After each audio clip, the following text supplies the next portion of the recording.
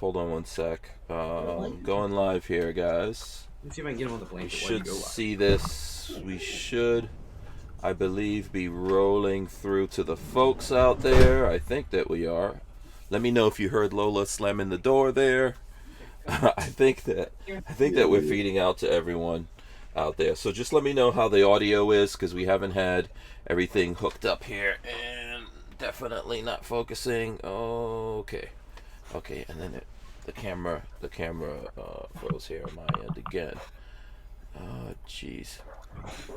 All right, there we go. You are joining us live on Player so that we could hold guns. This is my PMR 30, old school modified PMR 30. I think I have a couple of these things. So that's what I got. BabyFace has, let's see what BabyFace has. He has, I don't know, some kind of Glock. It's missing some parts. Oh, oh, okay. Almost a glove. BabyFace has a glove. Rod Mills, what you got? Polymer 50. There you go. Oh, Rod Mills. Oh, look at that bad mama jamma. Rod Mills thinks he's fancy now. He got cans and all that kind of stuff. But if you guys are joining us on Player, you know that YouTube doesn't let us actually go live and hold guns and all that because we are deemed too dangerous. So we are here on Player. If you're listening to this on audio later, iTunes or wherever else you hear our 1,000+ episodes, or if you're watching this on YouTube, because we do put it up on YouTube and afterwards where it's not live, you want to join us live, go to Player/Who Move My Freedom. That being said, I think everything's ready. I'm just going to press the button and kick it off, and let's see what happened. Welcome back to the Hank Strange Situation, Lifestyles of the Locked and Loaded. We wouldn't be able to keep the Who Moved My Freedom podcast going without the support of great companies like Franklin Armory. Franklin Armory provides 100% US-made firearms and awesome binary option triggers. Their focus and purpose is to provide freedom tools to all Americans, especially those in not-so-free states. So when you're in the market, please consider Franklin Armory. Okay, we back, yo. I don't know. I feel so rusty when I'm not here for a while. We are back. Let me see. I got to make an Oreo today. Let's see. BabyFace is the cream. There you go. Boom. All right, jazz hands, everyone. Come on, jazz hands. I hope you guys have your big girl panties on because we are live. This is episode 1005. Of the Who Moved My Freedom podcast. It's FreeForAll Monday, and that means BabyFace P is joining me. There he goes. Look, boom. BabyFace P is here. It's been a long time, I feel like. Yeah, you know what it has. I think I've not been here for a week or so. And Walter's not here tonight, so filling in for Walter is good old Jacksonville's finest, Rod Mills of Scorched Earth Firearms. I don't know why the hell are we getting the fist? I don't want the fist. Thank you very much. That's a la Fred Sanford. Oh, okay. All right. There you go. What's up, everyone? What's going on? Happy Monday. Happy Monday. You've been gone. You got to tell us what's up.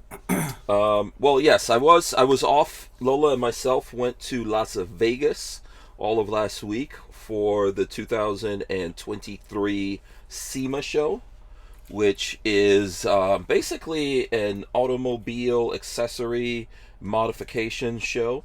It's not really, I wouldn't say a car show, lots of different vehicles, but the modification of lots of different vehicles. How big of a pain was the F1 race coming up? Because I've seen so many things on the internet of locals complaining that they're terrorizing the strip with the F1 race. So it's definitely an issue. Okay. Definitely an issue, I would say. How can I put it? So Lola and I thought that we would have to walk everywhere, so we got real comfortable shoes. I think I spent like $150 on some comfortable shoes. And Lola did the same thing. And we thought we would have to take the train everywhere. We wound up not having to do that. We were able to take Lyft. I used Lyft, I think, over Uber, but basically the same kind of thing. and we were able to take that and get around. But there was lots of traffic, lots of cones, lots of streets blocked off, and at certain times lots of work going on because they haven't finished building it up. So if anyone's not aware, the F1 race, they announced it last year. It's coming to Vegas. It's happening on the Strip where everything else is happening. And it takes them 3 months to set up for it. I think. Oh God, I didn't know it took that long. Yeah, it's been going on for 3 months, and then the race is about 3 days or something like that. And then it takes 3 months to take everything down. Most of the stuff is coming down that they're putting up, and then the race hasn't started yet, right? It comes starting next week or something. It's starting, yes, next week. I think towards the end of next week, around the 18th or something. I have to look it up. It sounds like no locals are excited because they've taken over the entire Strip, haven't they? Well, yes, it's going through the Strip, where everything else is. I mean, where everything's going on. Yeah, that's the problem with Las Vegas, huh? How long is it going on for? I think this is I think the race day is it's a couple of hours one day, but I think that the whole thing is lasting 3 days. It says Sunday, November 19th. Oh, they're still like 2 weeks out. Yeah, at 1 a.m. 1 a.m. our time, so at night. What? So, that's like a video game. It's a European thing, right? Yeah. So they want it to look like a video game, right? With Las Vegas. Vegas has Vegas has the Sphere now. Do you guys know what that is? The Sphere? What did you think of that? It's cool. I've been seeing that Sphere getting built for years. Yeah. That I've been going to, because I go to Vegas at least once a year. I've been doing that now for several years. So I've been seeing that get built for years. It's cool to see it complete. It's basically this massive dome that's in Las Vegas, that the whole wall of the dome is TV screens. So all night they can play shit out there, and I'm about to play some stuff for you guys. So this is what we saw when we got to Vegas from our hotel room. That's how big that is. See it? Does that say "Welcome, Hank"? No, but you see the tree line there or whatever. So if I zoom in, this is a massive sphere. It's several stories high out there. Yeah. And it's got TV screens all over the outside, and they can project whatever they want to on the outside screen. So there have been some fantastic memes about that already as well. Mm-hmm. Somebody went into Photoshop or wherever and cut the screen out and then green screened it. Mm-hmm. And so there's already been a ton of memes of whatever you want on the screen. But yeah, I mean it's freaking cool. This is a pumpkin. I can't imagine what that cost. Oh, it's ridiculously expensive. Mm-hmm. And you can go in there and see shows. I think U2 is in residence there. U2 the band. God, are they really? Yeah, I think tickets are like $500 or something crazy. Yeah. Like I saw a video of the inside, and it is really, really neat, the effects they can get. But yeah, I'm not going to see U2. Screw that. Yeah, well, everything in Vegas Vegas is expensive as well. Yeah, I'm not a U2 fan. Here's it doing the moon at night. Yeah, that's kind of neat. It does all these different crazy things. And our hotel that we stay in, it's like a timeshare, and you get a view of the Strip depending on what room you're in. Hank, how much would it cost to have your logo put on there? Oh my God! I don't even want to know. If you gotta ask, we can't afford it. Yeah, exactly. If we could take up a collection and have it done, here's it doing a emoji. This is what it does. I think the emoji one is neat. Just like looking around. Yeah, it's like a big giant. Yeah. Head looks a lot like Chromie V. Yeah. If we get to see Chromie V tonight, you guys will see. He was a Chrome Dome. Chromie V's getting some fuzz. He hadn't changed a whole lot. Yeah, he's getting some fuzz up on there though. Some blonde fuzz is coming in. Who is Chromie V? That's the nickname, his internet name for my boy. Yeah, that's the baby. Oh. The baby. That's the baby's nickname. Have you not seen the baby yet, Rod Mills? You've probably seen him on Facebook, but I don't think you've seen him since in a while, probably. The Dango ate your baby.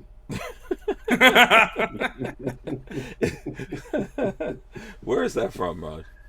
You don't know where that's from? I'm trying to. It sounds familiar. I don't know. Patrick, I would have thought would maybe be a little too young. I just it's just an internet thing, isn't it? Because No, dingoes that's always the take sign. babies. Yeah, isn't that That's from Seinfeld. Oh, Seinfeld. Oh, my God. Y'all Sein- dango ate your baby. That's a deep cut. I don't even remember that Yeah. from Seinfeld. Jeez. Yeah. Yeah. Shout out to everyone out there. Let me just shout some folks out. I see 42 Chilled is out there. Everyone smash the arrows up here. Let's see. 42 Chilled, Shooting Gallery. Annie is out there. Jade Grew, Night Train. Shout out to everyone out there. Let us know if you have questions, stuff you want to talk about. I still got to go see Shooting Gallery, but I'm waiting for him to accept my terms to get his Tech 9 in exchange for some ammo. Good luck. Yeah, I'm wearing him down. Hopefully, as I shouldn't say that. That sounds kind of cruel, right? Like, hopefully the ammo situation gets worse. It will. It will. Yeah. Well, so you want to jump into that already? Yes, There's been a go. bunch of panic buying. Mm-hmm. Go. Somebody leaked a false rumor that everybody jumped on, by the way, that the whatchamacallit,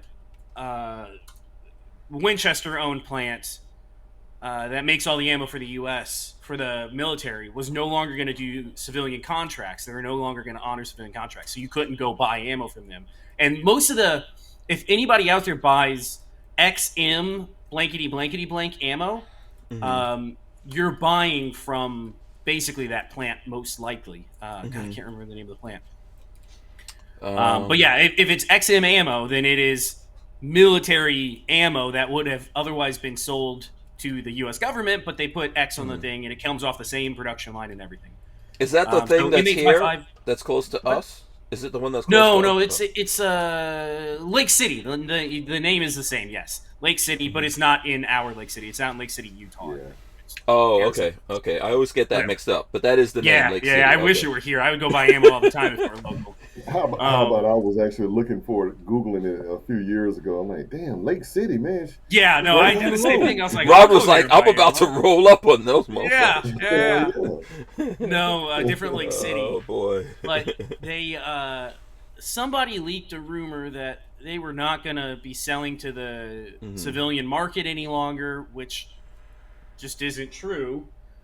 They turned out not to be true. Or Oh, really? Okay. the other thing possible is that they got so much that this was in the works, and then they got so much backlash that they turned around. Maybe that's the other possibility. But yeah, so that is no longer the case. They're definitely going to sell to the civilian market. But because of that, we got a huge run on ammo. Yeah. Anytime somebody sneezes about anything, we get a run on ammo. Yeah. And it was specifically 5.56. Like 5.56 is gone everywhere. So Oh, okay. So, yeah, Shooting Gallery out there. You need some 5.56, bro? You know, I could supply your ammo needs in exchange for a Tech 9. See, Patrick knows. Patrick knows I got the ammo. I'm not talking about a couple of 20-round boxes here. He's got his stack pretty deep. I'll give him credit. Yeah. I'm going to work something out. I got to work something out with Shooting Gallery because, yeah. Shooting Gallery needs... So, there's a thing going on here. Shooting Gallery needs to come shoot with us. Rod hasn't been over here in a while. Yeah. We I don't brought a think- cooking course again. Chicken sandwiches. Oh my god, yeah. Barbecue time. Barbecue again, yeah. I don't think, Patrick, me, you, and Walter have not gotten together, all three of us at the same time and shot in a while. Long time. But It's either I am me and ready. you or me and Walter. That's how it's been going. Yeah. I'm ready to do it. Mm-hmm.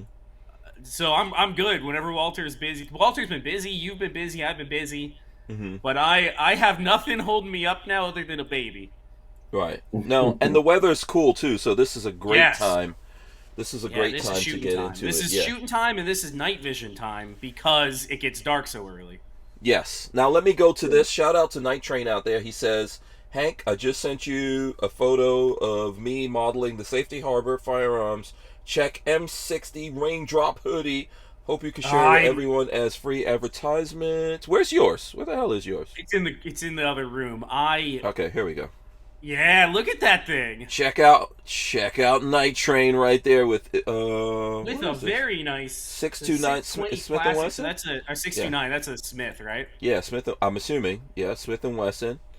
Um, so Night Train is actually a good friend of my brother Anonymous, Oh, I didn't know that. and yeah, he also is part, obviously, of the Anonymous crew. We don't get to see his face, Hmm. but he looks real sexy like that. So That- there you go. That raindrop hoodie That's cool. Hmm. is really cool, and it is. Haven't done a good post about it. I keep forgetting. It is super heavyweight. It's really, really nice, and it's got the coolest camo pattern ever. You can show. I sent you one. You can show off if you want. Yeah, didn't you put up one of the baby? I was about to say. I only put it to my friends. I didn't post it to like full okay. socials. Okay, hold on. I got to go back here because it's been like yeah, a you can week. post it. It's been a week of us texting like in the group. If you click at the top, Can I you show find the this- Halloween ones or no? Yeah, you might as well. Okay, here we go. Before we do that, we'll go to the Halloween. Let's see. Here we go. Boom. We were Check this out. Charlie Brown. Excuse me, Chromie was Charlie Brown. Yeah. Oh, I think he's got Patrick dresses Patrick like this. I think Patrick dresses like this every day. That's my. Oh, look at that! Look at that cute baby right there. Just He look looks at like a little Cabbage Patch dog. Yeah, I'm telling He you. is adorable. Absolutely adorable. Yeah, you guys should get him an agent or something like that, man. God, Patrick, I've you know tried what to Cabbage tell Marley Patch that dogs are? we could have him own his own pay for his own college. You know, be his whole savings account and everything. Marley's Yeah. like, no, we can't take advantage of the baby. I was like, but he could be on like Pampers boxes or something. He's adorable. Yeah, he really is an adorable kid, and yeah, Patrick will not use the money for guns. No way. I told her if she let me pimp the baby out, I would put it all in a savings account, and when he turned 18, he would pay for his own college and then whatever else he needed. Yeah, except for the guns you buy for him. When he turned 15, he could help me buy his own guns. No, he would have his own money. That was the stipulation. No, yeah. She said no.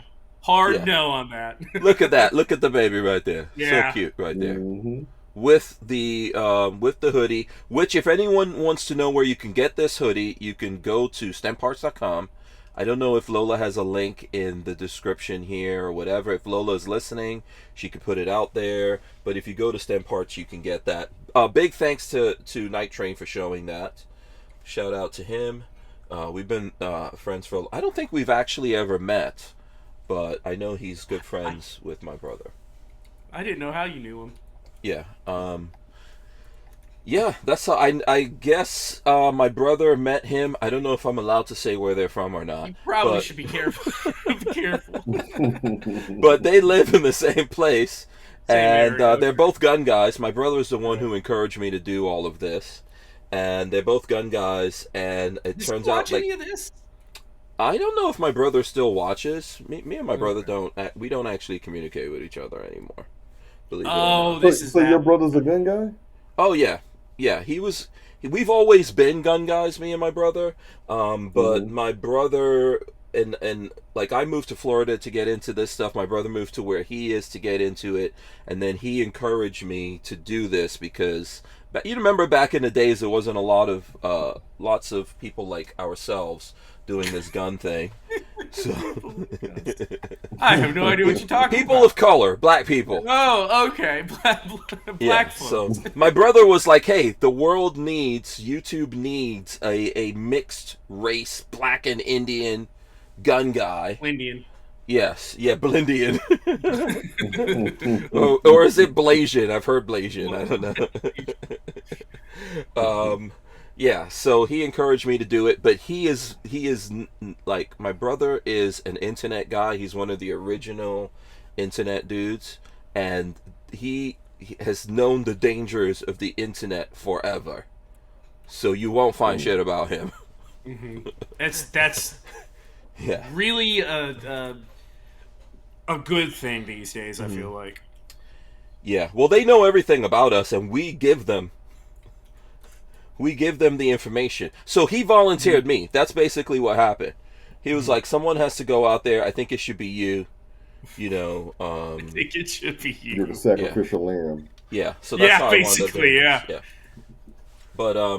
But yes. So him and Night Train are really good friends. They hang out. Night Train always sends me pictures and stuff like that. So, you know, there you go.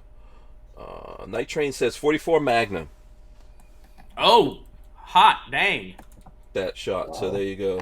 44 Magnum.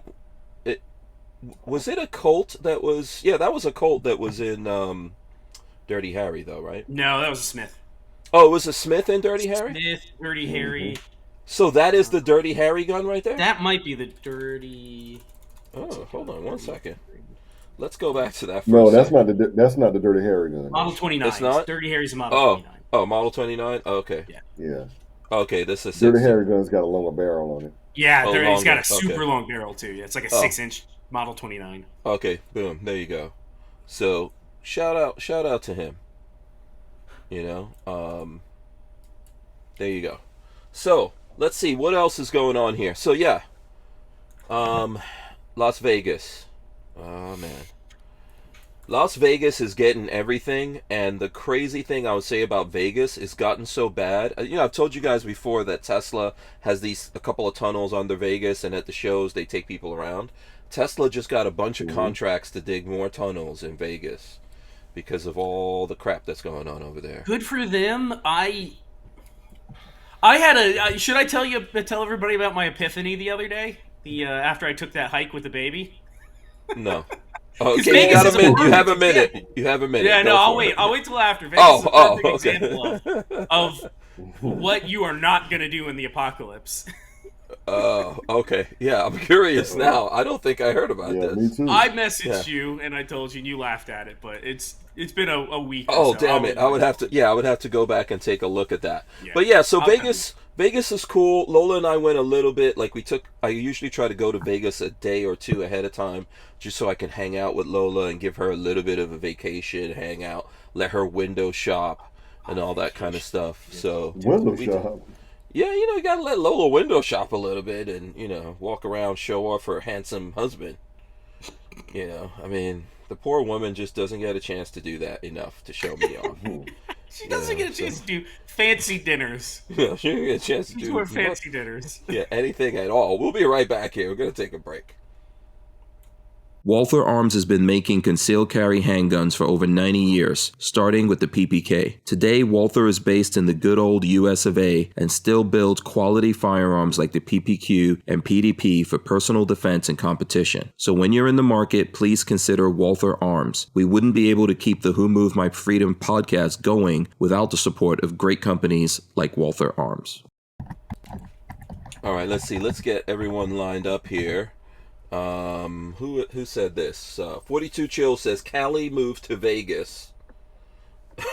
And Able Defense Mike said we need all the tunnels we can get. 10 years until the Metro prophecy begins. So this brings us back to this point that I was. So my car was in the shop.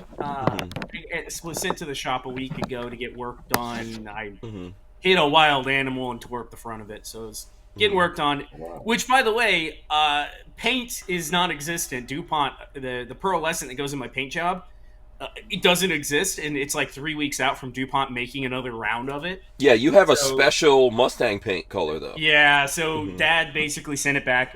We were over in Tampa over the weekend, and Dad was like, do you just want to take it home and drive it, and then when you come back down for Thanksgiving, leave it with me. He'll pre-paint everything, and then we'll just spend the day. Oh, shit, yeah, I forgot. You got your dad to do a nice... Yeah, he did everything.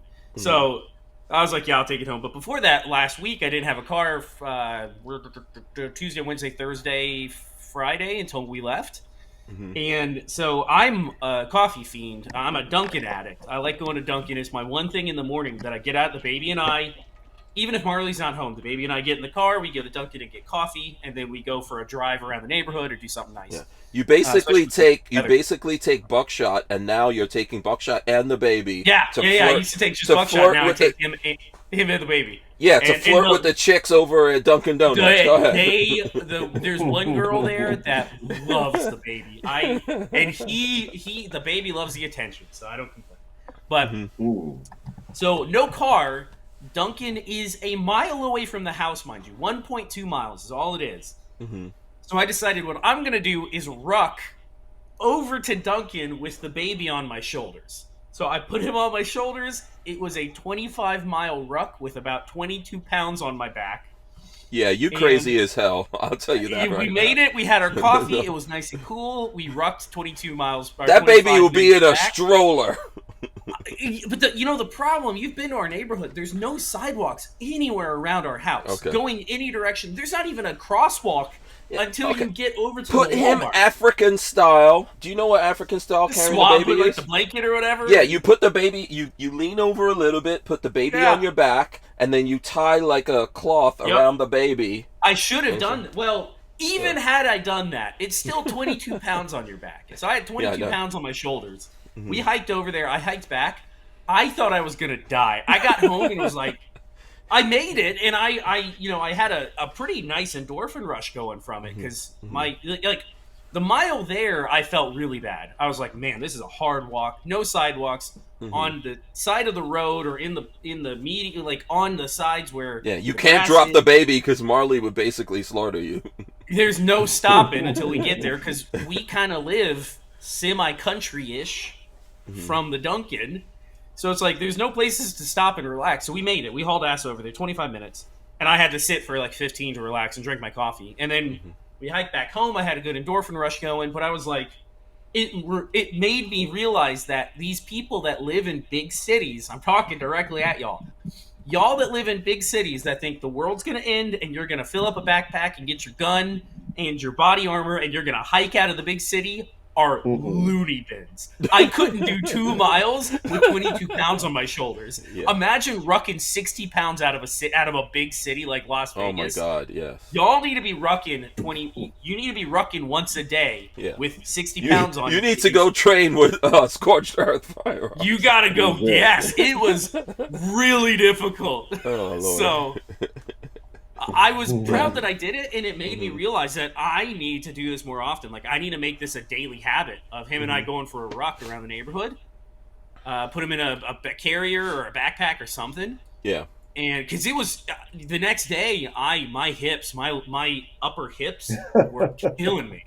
Yeah, I can imagine. But yeah, not in good shape. Not like I want to be. No, I'm out of shape too. When Lola and I were in Vegas, we walked. I think we did 5 miles one day, just walking around Vegas, which is more difficult because there's a bunch of people in the street. And like, oh my God. Oh yeah, I took my Theragun. If anyone knows what the Theragun is, it's the best. Is that the massage gun? Yeah, it's the best piece of technology created in the last couple of years. It costs about $500-$600, but it's worth it. You 5 or 6? I need to look up what a Theragun is because I just got one of the cheaper ones. The high end one, and I think Lola has a link somewhere. I don't know. Lola's obviously not listening. Oh, that's the fancy one, yeah. Yeah, the high end one is the one that you want to get, and that thing is no joke. Let me see if I can pull it up on the thing right I got one of the cheaper ones. It was like $100. That was the best thing. Right before I got fired, the company gave us gift cards for Christmas a year ago, and then they laid us off. But I got a thing. I got one of those massage guns with it. That thing is fantastic. It feels so good. Yeah, that's what I do. So we take that to Vegas, and that's really you could use that through your clothing. It could even you could use it through your shoes, the bottom of your shoes, if you're really it feels in pain. So good. It's really good, and it helps your muscles and stuff like that recover. So I use those things all the time. I'm trying to walk more, get out and exercise more, and all that. It was nice. We need it. Like Babyface is saying here, man. We all gonna be screwed. It was bad. It made me realize how if something goes down. It feels so close. That Dunkin' feels so close to the house. But when I had to walk it, and not even for an emergency, just because I didn't have a car, I was like, Christ almighty, this is really far, and I'm not used to this. Yeah. If Biden comes out right now and announces that the aliens are our overlords and they like nicely marbled human meat, Yeah. we done. Yeah? We're toast. We're toast. Yeah, gotta get out there. Make your meat harder. Don't be delicious. We're fat. Yeah, that's what I could say. Here's some pictures of Lola. See, look, Lola relaxing. This was like a flower garden setup thing that they had in Vegas, and I was taking pictures. You know, I like to take pictures where Lola doesn't realize I'm taking pictures of her. What type of zoom? What type of shots. zoom you got on that? That's my That's just my iPhone. Oh, okay. That picture was on my iPhone, but she didn't realize what I was up to. And she was like amazed by this. I'm trying to buy. Oh, here it goes. It was like a little black fairy, actually big. It was this. There was a whole bunch of fairies like this, in this flower. You know, Vegas has these really. They have a lot of really nice stuff around Vegas that you can look at when you're walking around in the different casinos and all that kind of stuff. So we spent. Oh, here's a picture of the two of us. There you go. Every now and then I take a selfie. But we spent like that day and several of the days there just doing a lot of walking, hanging out, window shopping for watches. Vegas is, if you're like me and you like watches, which I love, I'm a watch guy. And this is like, you know what, let me see if I can take a picture of this and send it to everyone. This is, you know, Swatch is doing this thing where they're putting out these collaborations with other watches in the group. Did you finally get the one you've been looking for? Yeah, the Blanc Pawn the collaboration is out, which is automatic. And So Swatch watch is back. Yeah, they actually are. Yeah. I was surprised too, Rod. It's not just you. yeah, yeah. Well, Swatch was. I mean, In they the were 80s. popular in like the 90s and 2000s, and then I feel like they died off for a long time. Nobody was buying them, and now they are kind of having a resurgence again with some really neat stuff. so Now, Swatch came out in the 80s. Yes. they came out in the 80s, and they were not the first to the quartz revolution, but they were very, very popular. But Swatch Group is actually, Swatch has not gone anywhere, and Swatch owns a bunch of watch companies. That's how much money they make. So this is what people don't realize. It's like Swatch how Group owns Omega. Let me pull it up. They own Yeah, Omega. big names. They own Blanc Pawn. They own Breguet. They own a bunch of very high-end companies because those cheap quartz, mostly quartz watches, they do have what's called a System 51, which is an automatic, one of the most affordable Swiss-made automatics you can get. That's what this watch is. Those cheap watches, that's how you make money, just like with the cars. They have Bowman, Blanc Pawn, Breguet, Certina, Endura, Flick Flack, which I've never heard of. Flick Flack is like even cheaper than Swatch. It's great. Really? Yeah. Glashut's kids. original. Hamilton, Harry Winston, Jacques Droz, Leon Hateau, Longines, Mido, Omega, Rado, Swatch, Tissot, I think Tissot. Swiss Timing, Tissot, and Tissot? Union Glashut. Oh wow. And Yeah, Swatch they own a owns, huge amount. don't they own Hamilton also, Patrick? Or am I Yeah, wrong Hamilton with was in the list. Yep, Okay, they got Hamilton, a Hamilton. yeah. And That's those are why- good watches. They also, I believe, Swatch Group, outside of watches, also owns ETA, the movement manufacturer that a ton of companies use. I believe Swatch Group owns them as well. Yeah, yeah. That's why So- when you look at Swatches, or that's why when you look at Omegas, Swatch, Hamiltons, all of those, they all use Omega movements. It's because that is technically their in-house brand. So let me tell you, so not this watch, I don't know the numbers on this, but Swatch did a collaboration with Omega that they own called the Moon Swatch. So it's a quartz version of an Omega Speedmaster. So Speedmasters start at around like $6,000 go up from there. So they made this quartz version of it that they sold for, oh my gosh, how much did they sell that for? I think something like $250, something like that, $240, $260. Swatches in are that always range. super affordable. They sold last year 250,000 of those watches. Wow. Times So 250,000 times $260. Yeah, they're whoever's marketing over there knows what they're doing. Yeah. So and then the automatic ones from Blancpain, these are like 4 something, and these are selling, and those are still selling. So Swatch is still out there. You know, it's like Volkswagen is a good way to put it. Volkswagen is a pretty cheap, good car European car that you can get, and Volkswagen owns Volkswagen, Audi. They own what is it? They own Lamborghini. They own you're right. Yeah. they own Bentley. They own some high-end stuff. Good lord. Yeah, they own a lot of high-end things. So Volkswagen AG. Let's not look at 1937 and 1945. Let's just skip right over. Forget the Let's skip right over those. Just pretend that didn't happen. No, don't do that. Don't do that. Don't do that. The Nazis, everything in Germany, the Nazis owned. Yeah. So just take it. Yes, of course. And Volkswagen started with that. The Beetle is the people's. The Volkswagen means the people's car. So yes, yeah. And that was the Beetle. Subsidiaries and brands: Audi, Bentley, Ducati, Lamborghini, Porsche AG. There's 75% ownership in Porsche. Jetta is a joint venture. Scout Motors, Seat SA, Skoda Autos, which I don't know what that is. That sounds Swedish or something. European. Yeah. Traton or Traton, I'm not sure. Traton. Volkswagen, Volkswagen Commercial, Bugatti. They own a lot. Holy cow. That's a big group, I think. Yeah. Volkswagen Group.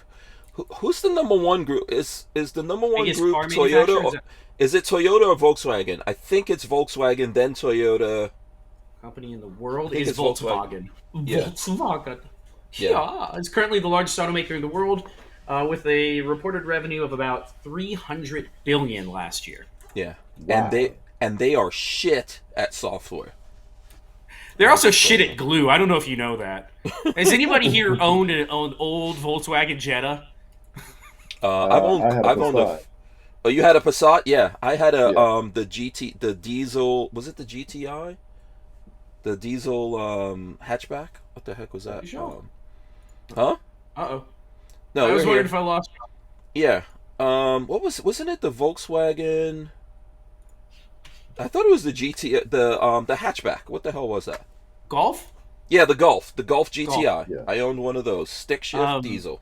So the Jettas, That anything, I don't know why, but any of the old Jettas, when they start aging, the glue that holds the headliner and the seats together and stuff like that degrades and smells like crayons. It smells like a box of Crayola. You get in the car and your car smells like Crayola. And everybody, if you look it up on Volkswagen groups, everybody says it about old Jettas. So Great freaking car. It was a diesel Jetta. It got like 45 miles to the gallon. It smoked when you started it up, and it stunk really bad. But that thing was a fantastic vehicle. So I don't know if you realize this, Patrick. I don't know. So Rod might know this. Back in the 80s, when I grew up, like I was in high school in the 80s, right? I graduated high school in 88. So 87. Jettas were the shit.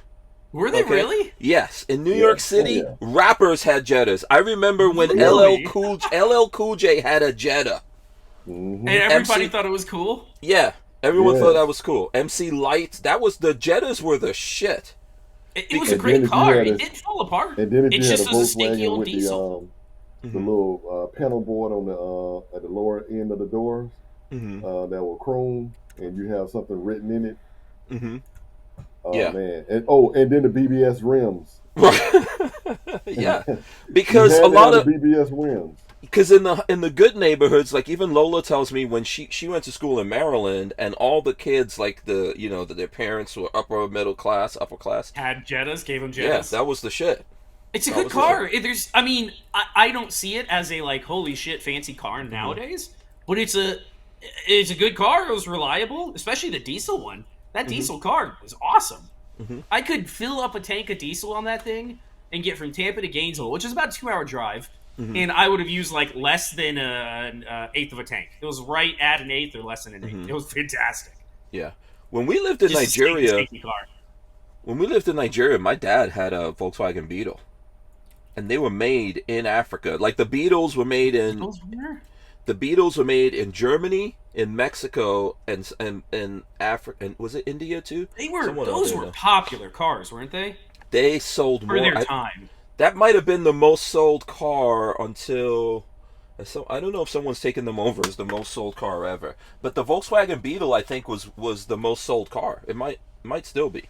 The number one selling car of all time is the Toyota Corolla. Oh, okay, there you go. So Corolla is beating them. The Toyota RAV4 is number 2. The Honda CR-V is 3. Nissan Sentra, Toyota Camry, Ford F-150. American car does not make it until number 6. Honda Civic, Honda CHR-V, and I can't talk shit because the Toyota we have is freaking awesome. Yeah. It's a great car. Yeah, Toyotas are amazing. Hondas are amazing. I guess that's become the big, because they don't even make Volkswagen. They made Volkswagen Beetles again for a little while, but they stopped producing them. They had a resurgence and then they died again. Yeah, back in the days though, like all the way up to the 70s and 80s, from the because they made the Volkswagen Beetle all through freaking World War II, right? And so then the 50s, 60s, 70s, 80s, Volkswagen Beetles were getting sold like crazy. So maybe back then it was number 1. And I guess you said, is it Honda? Toyota Corolla, number 1. Toyota Corolla, yes. Toyota, Honda, Ford, Nissan, Toyota, Nissan, Honda. You know, Honda, even Honda. I own a Toyota Corolla right now. Oh yeah, I forgot you do. But it's one of those cars that you can like get your kid. And even if they don't change the oil for 50,000 miles, that shit still runs for no reason. It shouldn't, but it does. Better change the damn oil. People will run those things until it's gloop in there, and the dang cars still run. They have no reason to. My father had a Hyundai Excel, 1986. He thought, and my father's an engineer, metallurgical engineer, master's degree. How he did you change the oil on it? Yeah, he has a master's degree from Brunel, which is a big deal engineering school in England. And he believed because it was remember it had an aluminum engine block and all that. He's like, oh, don't have to change the oil. Yeah, that's ridiculous. that's ridiculous. So that ran until it seized, and it got some serious miles on it before it seized. So I guess technically true. It did okay, I guess. Yeah. Yeah, technically true. So okay, we've missed out. We missed out a couple of things. Lola says she couldn't comment for some reason. Shout out to Armament and Axes out there.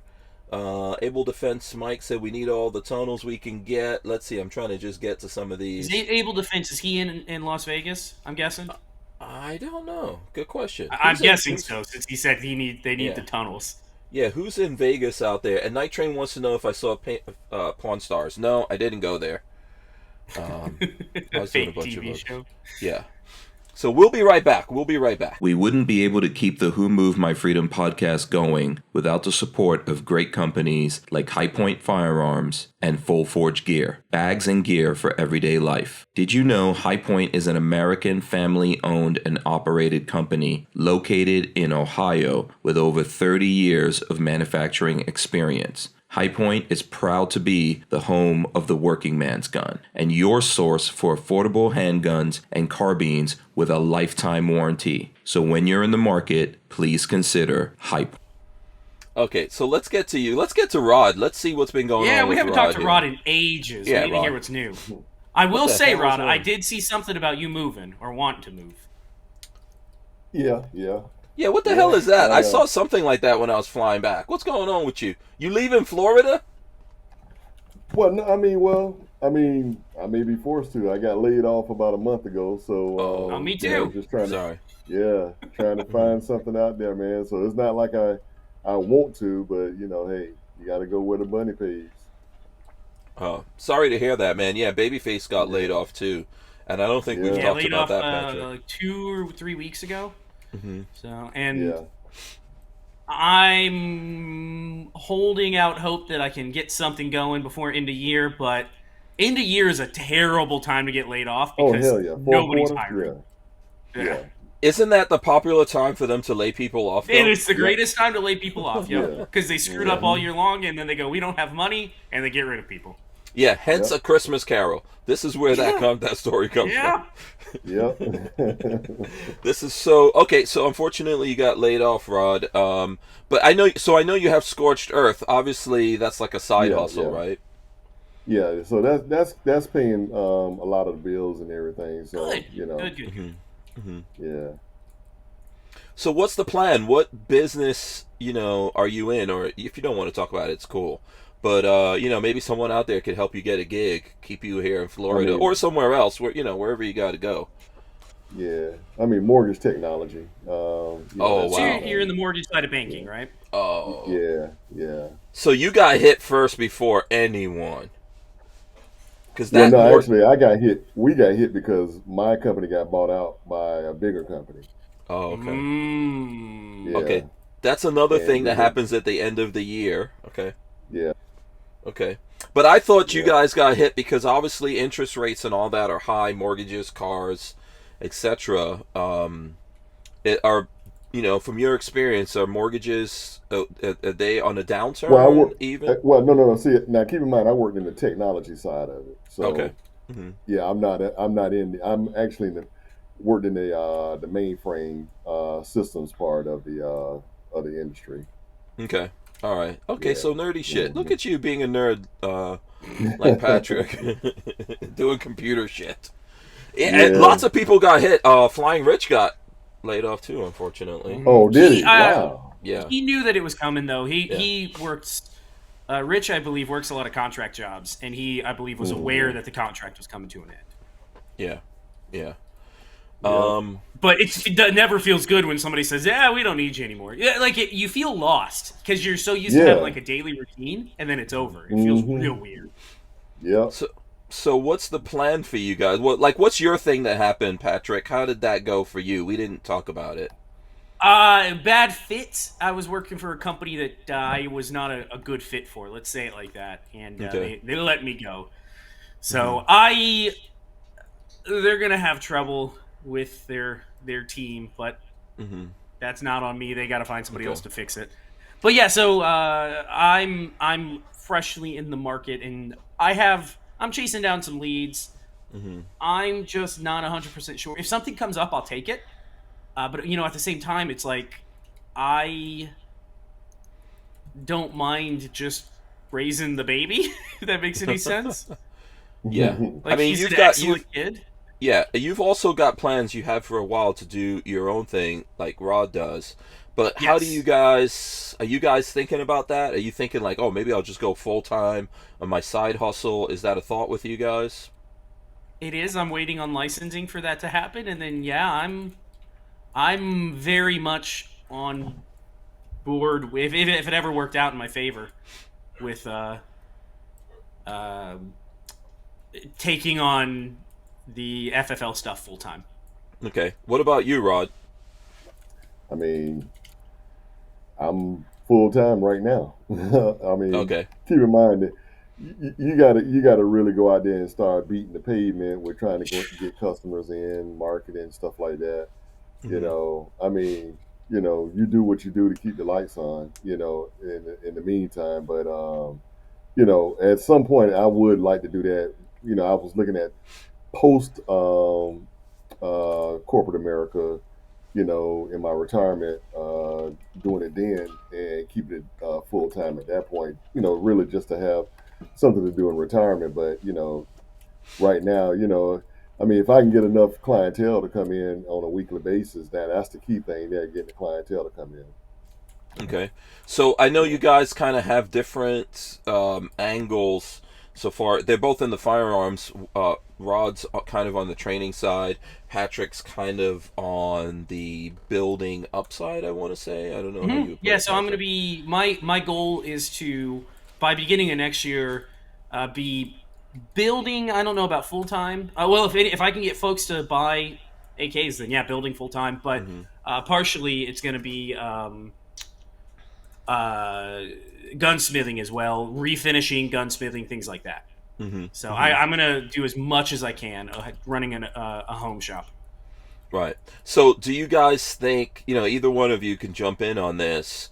When you balance it all out, do you think, do the right thing, get a gig, keep that gig going for whatever amount of time you need to?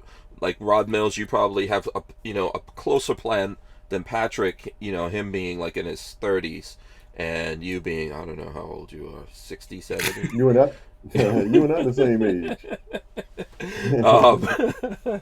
But so is that how you guys are both thinking about it? Like, hey, let me get this safe, get a safe thing, keep the bills and everything so I stay on track, and then keep working to get, the side hustle to be the main hustle? Or do you think that this is like a sign that says, nah, just go dive head first into the side hustle, make it the main hustle? What do you guys I'll leave think? that to Rod.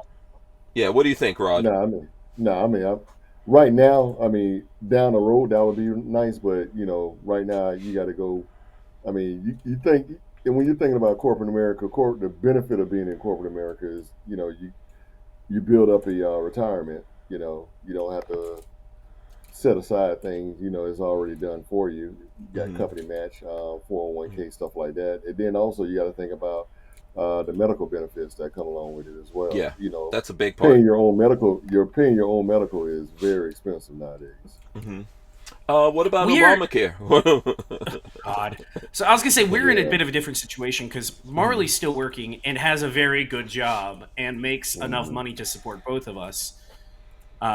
So we're in a different situation where I don't have to worry about a day-to-day income because it's covered. We're gonna be tight. I'm gonna have to budget, and we're not gonna be going out to eat 24/7. I'm gonna be cooking at home and doing the laundry for her because she's now the breadwinner.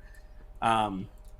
But I can't let Lola hear that. I'm gonna have to somehow edit that out of this. I don't know that I want to go back to the corporate world unless something good comes my way. I'm realizing more and more that I'm wasting my days doing something that I don't really care about, if that makes sense.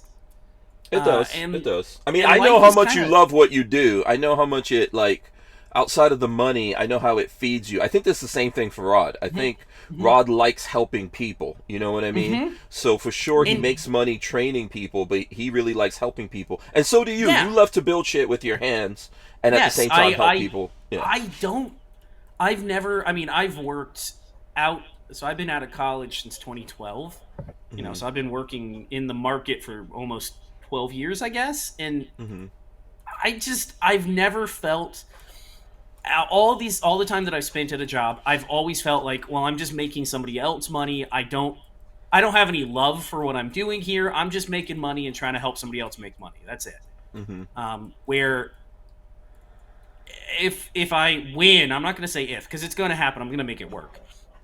When things take off for me, I'll feel like I'm actually doing something personal. I'm, every firearm I ever touch will be, I'm putting part of me into it, which means a whole lot more than I can't sit behind a computer every day any longer. It just doesn't do anything for me. And again, the older I get, the more I feel like I'm just kind of wasting time doing something that I don't like.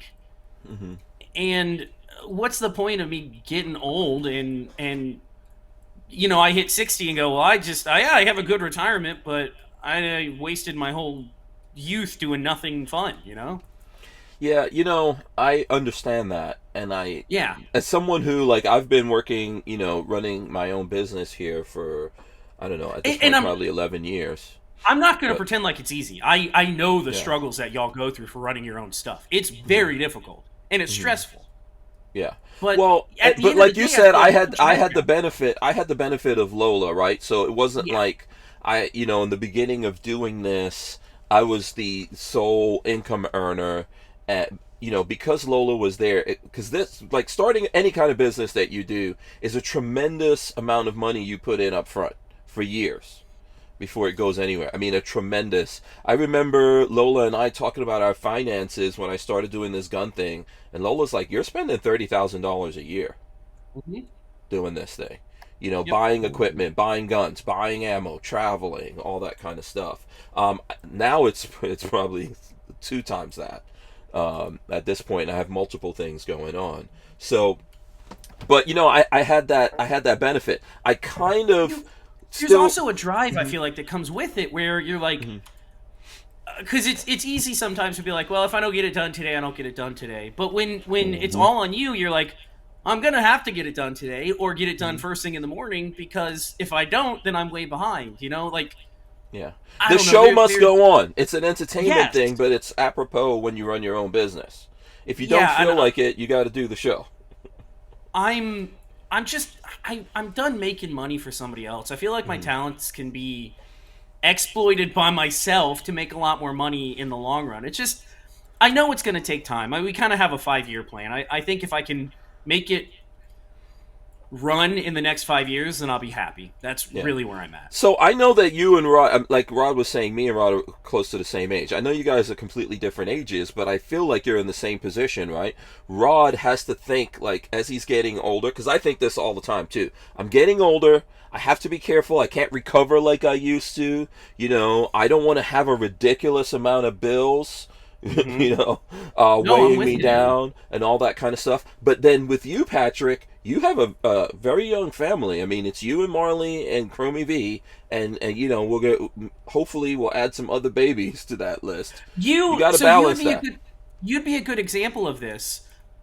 The older I'm getting and the older the baby gets, the other thing I'm realizing is every day that I spend at work away from him is a day that I'm never getting back. It's gone, and whatever he did that day that is super exciting in front of somebody else, I did not get to see, and it's gone. It's just gone. So, like, if we have to sacrifice a little bit of our main income, and I have to cook at home or do whatever more often, who cares? I get to raise my kid, and I get to see him every single day, and I get to help him grow and learn, and there's a lot of benefit to that. Everything has a cost, man. Everything has a cost. There's all days that we missed. Our parents missed a lot of our life, but they missed it in the name of making our lives better. Yeah. Right? That's why they did what they did. So there's no shame in that. At the same time, there's no shame in being there for your kids and teaching them. Especially now, man. Kids need to be taught by their parents shit. Yeah, I'm afraid of modern society teaching my kids everything. Yeah. Hopefully, I have hope for the future. What we all need to do, I say this a lot, or maybe I haven't said it enough lately because the way the whole gun thing is played out. But I think in the gun community, we need to learn how to work with each other more, help each other. Everyone's doing different things. So I think what Rod's doing deserves support. If people are out there listening, watching and all that, they should go follow him on Facebook. He can make a freaking career out of the shit that he posts on Facebook. You know how much people pay to train? And people are always looking to increase their skill level with fire. And it's gun ownership is only going up right now. It's never going back down, no matter what the government thinks. No, absolutely not. Also, go out and support Patrick in what he's doing as well, because I think he's teaching people a lot of good things there of being able to work on your own guns. Yeah, I have all that, and I do have more content coming. I've been a little behind. Tomorrow I plan on getting some done. Yeah. But I'm hoping in time that I can either build for you if you like what I do. I can do some refinishing because I've found a new love for refinishing old guns, doing rust blues. And then beyond that, maybe building AKs from scratch is another avenue. Yeah. But the thing that I'm realizing more and more is that gunsmithing is a dying art, and there's a real need for... Yeah. Stop fidgeting with whatever you're fidgeting with over there, Rod. Oh, I'm sorry. That is coming right on the microphone. Lola's going to text you in a minute. And then people are going to be complaining. And all the fidgeting in the background. Yeah. Listen, I still say that get a gig, if you can. And and at least give yourself that leeway to build on it. But for sure, follow your dreams. I'm all about that. Nobody... We're living in those times, too. Nobody that I've talked to that owns their own business got to where they are by working for somebody else. Every multiple people I've talked to, Ken from K&M Arms, when we had him on, his one piece of advice to me was he wished he had done it earlier. That's his only regret, is he wished he had started K&M sooner. Because he said he started it when he was like 40-something, mid-40s. Yeah, that's amazing to think. Yeah, wow. And he said he wished he would have done, only thing he wished he would have done was started it sooner. Everybody that owns their own business has gone through the hardship of doing it. But out the other end, like my dad, I will say, worked for the fire department for 26 years, but has also runs a body shop, owns his own body shop. And all of our money as a kid came from the body shop, I think. But it's like I don't think in your dad's time firemen made a lot of money. I'm not saying they didn't. Not huge money. Yeah, not big money. Yeah. He loves to complain about how much work he always has, but at the same time, he enjoys what he does. He is never lacking for work, and he likes what he does, and that to me is most important. I'm tired of waking up and making somebody else money. I think a man should die with his boots on, and this is what I mean. This is what I mean by that. Regardless, there's nothing wrong in working for people, and like, let's say working for a company. If you work for a good company, if they appreciate what you do for them, if you're serving folks out there, I know. That's one of my problems. Yeah, it's nothing wrong with it, there's nothing wrong with that. But I think for a lot of us, it's better to work for ourselves for sure. But whatever happens as a man, as a woman, as a human being, you should die with your boots on. Always work. Always be up to something. If you don't need the money, have this thing that you do that helps other people, that somehow, serves other people and motivates you to get up every day and keep going. Because like we were talking about health, just imagine if you were unhealthy and then you got to the point where you have so much money you don't have to work, and then all you do is sit at home getting more and more unhealthy, instead of something forcing you to go out and do something. I don't know how many people I have heard of my dad's age, my parents' age, that retired out of the fire department, had a pretty good living, everything's going pretty well, and then died 3 years later because they had nothing going on in their life. Exactly. I couldn't imagine. I'm going to work till I'm 80, till the day I die, because I enjoy it. I don't like sitting around all day. Yeah, that happened to Lola's dad, unfortunately. Like he retired from working, and because of his age, and then he went to work in McDonald's, and eventually they said to him, "You're too old to work here." Like, he could do it, he was fit, but he was so old they wouldn't let him do it, and pretty much he just started deteriorating when no one would hire him because he needed something to do. You lose your purpose in life. Yeah. So I remember talking to the doctor who said nothing was wrong with him. He just gave up. Yeah, no, that's what happens. You lose your purpose and you lose your way, and it's like, screw it. I got nothing else going. Why even stick around any longer? Yeah.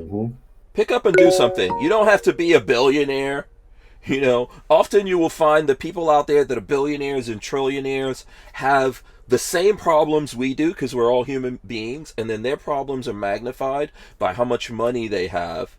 But try to serve people. So if you're a billionaire, you can serve and help people, and if you're not a billionaire, you can still serve and help people. And I think that is important. 42 Chill says, if you love your job, never work a day. If you love your job. That's what I feel like. And I know there's going to be pain. I know it's going to be frustration from time to time, but it's going to be worth it in the long run for me, I think.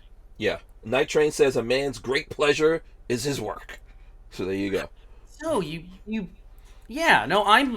I'm a worker. I've realized that.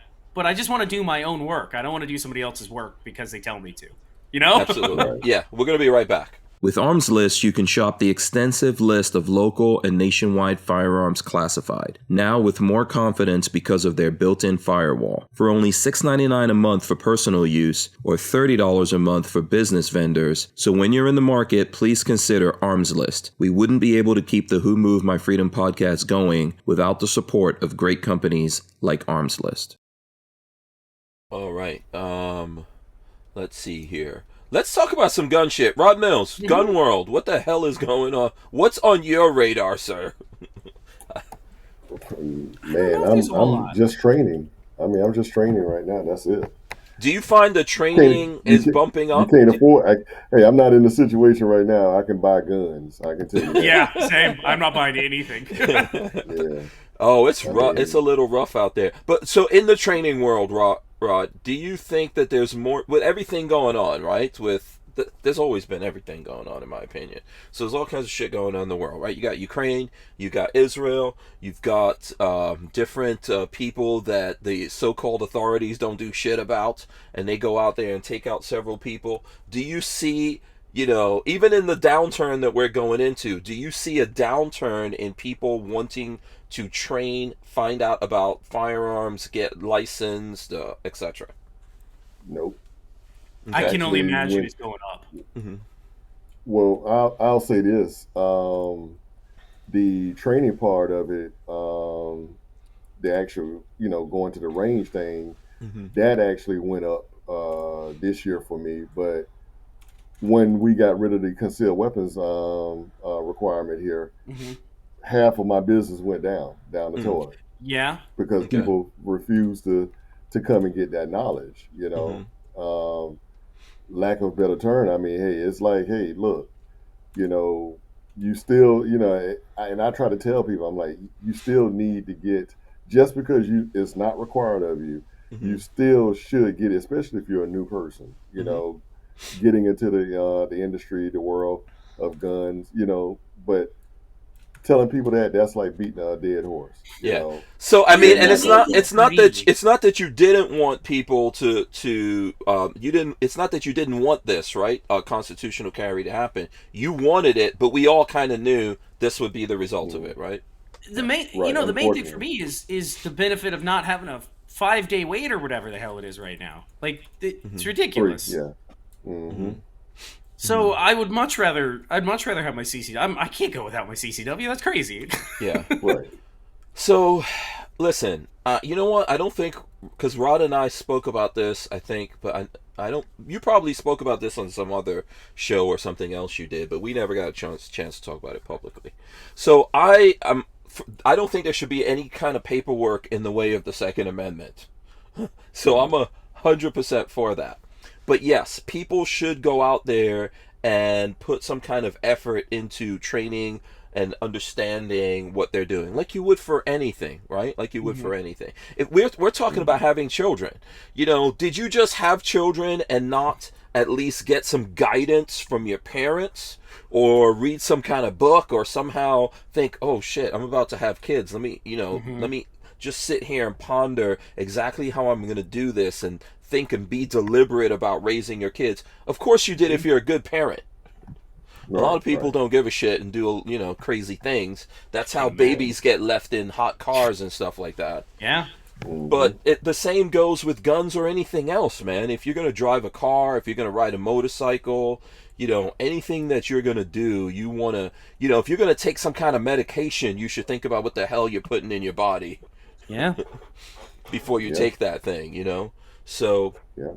it sucks that that's happening. I hope that that's just a short-term thing. I hope in the long term people do get more education when it comes to firearms. Well, I talk to people in other constitutional carry states, and nah, it's not. Okay. I talk to people in Texas, Georgia, Alabama, all instructors there. If they're still in business, they're only doing it either on the FFL side or the actual instruction going on the range side. And to be honest with you, I mean,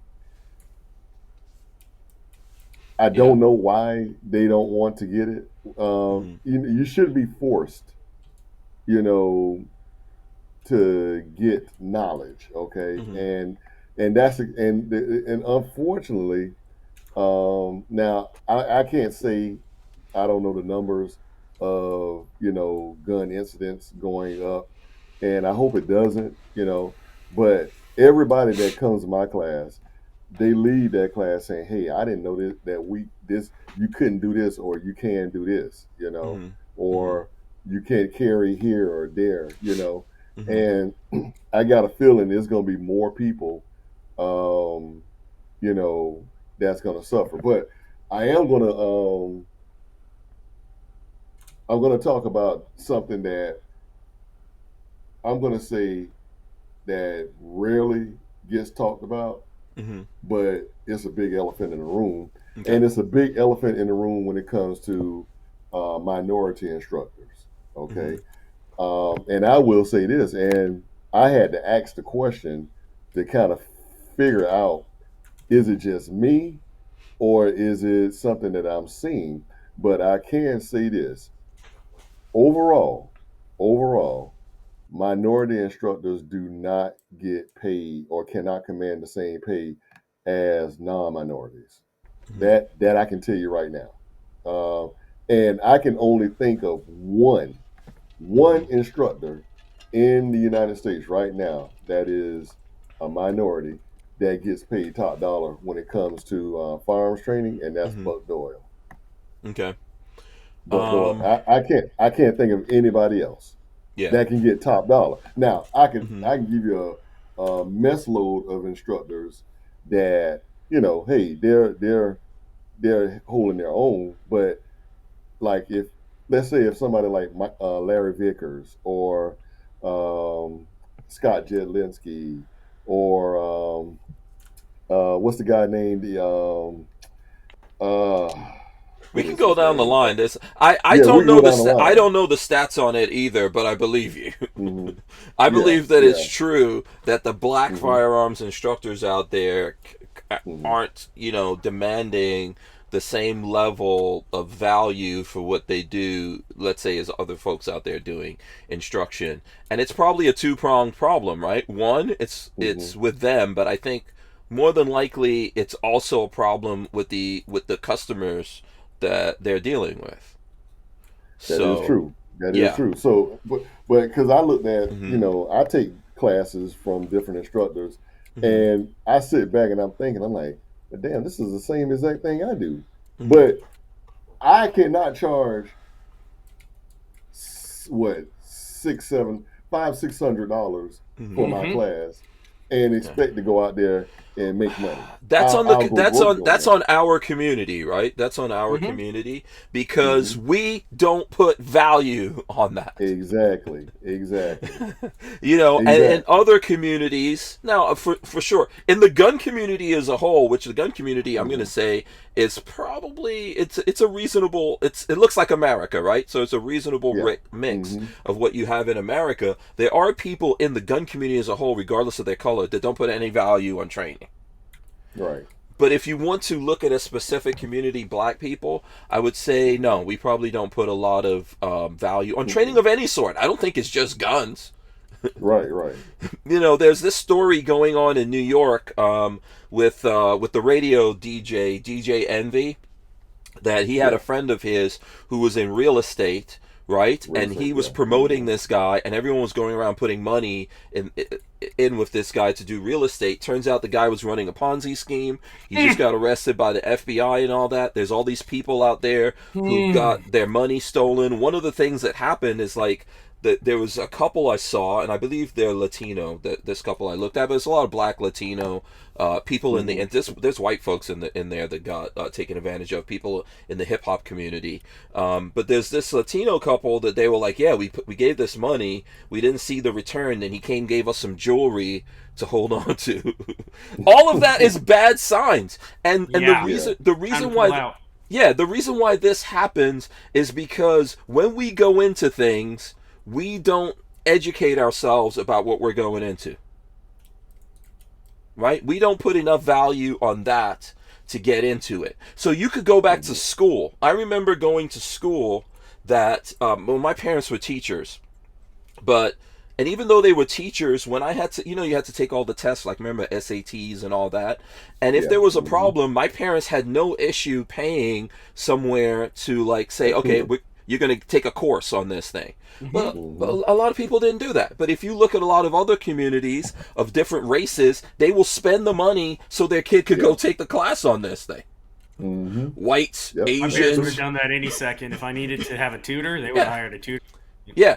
Black people, not necessarily. And by the way, that doesn't mean anything because I still was a C student, so tutors didn't do shit for me. Yeah, but maybe that kept you from being a D or an E. Yeah, maybe. Yeah, sorry, Rod. Go ahead. Our money is spent in other places. You know, like we'll spend money on some Louis Jordans, Vuitton, Gucci, jewelry. Yeah, your little baby is running around. If your little baby is running around with Jordans, and you haven't put any, you haven't even. Your kid is running around with Jordans. You might even be married. There's a lot of people out there that don't even believe in marriage now. That's a whole other thing. But your kid's running around with Jordans. You don't even have life insurance. Right. So you know what? Let me stop you right there. How many times have you seen where people have to get a GoFundMe just to go bury a relative? You know, hell, look at DMX. He had to get a freaking GoFundMe. He was a freaking rapper. Yeah. You know, he was a rapper, actor. Yeah, exactly. But he had to get a GoFundMe just to get buried. Shame. Yeah. But the right things were not done. The right things were not done. This is the problem. And that's a cultural thing that it doesn't have to be. We allow ourselves. I know, like, I know Patrick is staying out of this, you know, mostly because I don't have any black experience, so I can't tell you a whole lot about it. But the thing is I feel like we give ourselves a lot of excuses because of things that happen to us. But you know what? If you look at people who come from other countries, especially, even of different, like my family came here from another country. I was born in Guyana, right? Everyone except my sister was born in Guyana. And we lived in Nigeria before we came here, and yet my family believes in those things. I think the thing that happens to a lot of people here, and now the whole world is getting fucked up because with social media, the whole world is as fucked up as America is now. Oh yeah, man. But we just don't believe in educating ourselves and doing the right thing, and that's why no matter how much wealth we have a tough time passing it on generationally. Generational wealth, exactly. Yeah, exactly. I mean, just listening to you say that. Hell, I just paid my. I still have life insurance policy on both myself and my daughter, you know, because of the fact that I know that she has life insurance on herself, but I need to make sure that, hey, you know what, if something happens to her, that guess what, we can have a decent burial, you know, God forbid, we can have a decent burial.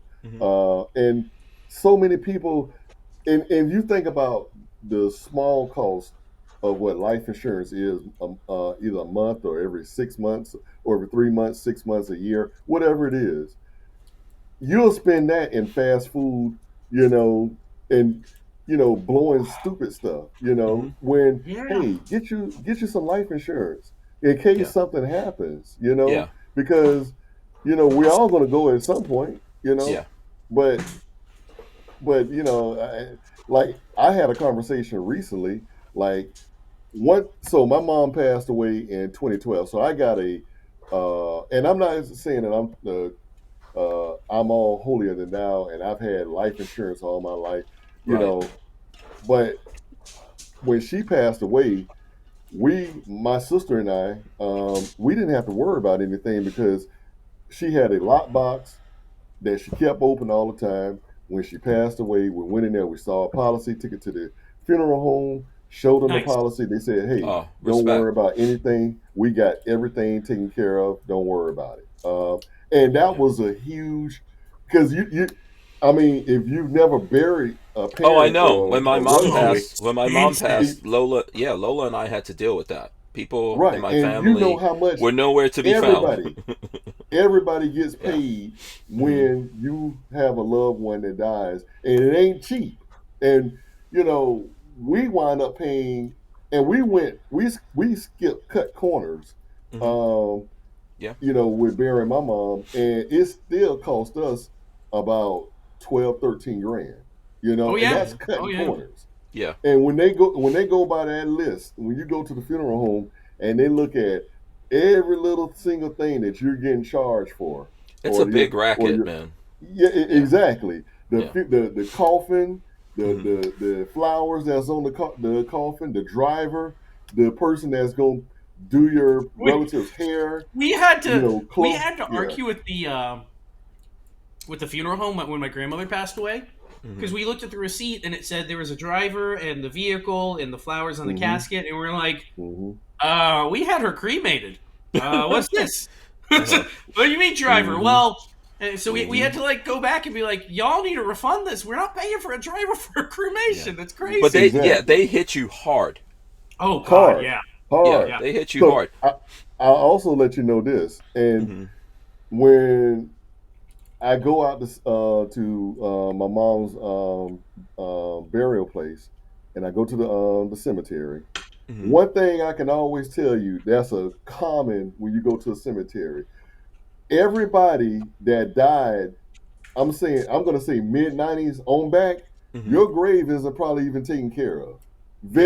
Less than maybe 5%. Nobody takes care of all the exactly. Nobody takes care of them. And I will tell you this. Now think about this, and Patrick and Hank, I want you guys to think about this. Your grandkids will probably never know who you are unless you're either famous or infamous. Yeah. True. So ask yourselves this: do you know who your grandparents were? I do. Yeah, grandparents. I never met him, so I never met. Oh yeah, I've never met mine. Grandparents, they were long dead before I was alive. I didn't meet my grandparents. Of course, Hank, you're not gonna meet them. I'm saying my grandparents I didn't even meet. My grandparents were gone before I was even born. So you definitely don't know who their grandparents are. No, sir. Right. Yeah. So now, Patrick, let me ask you this: how do you know who your grandparents' grandparents were?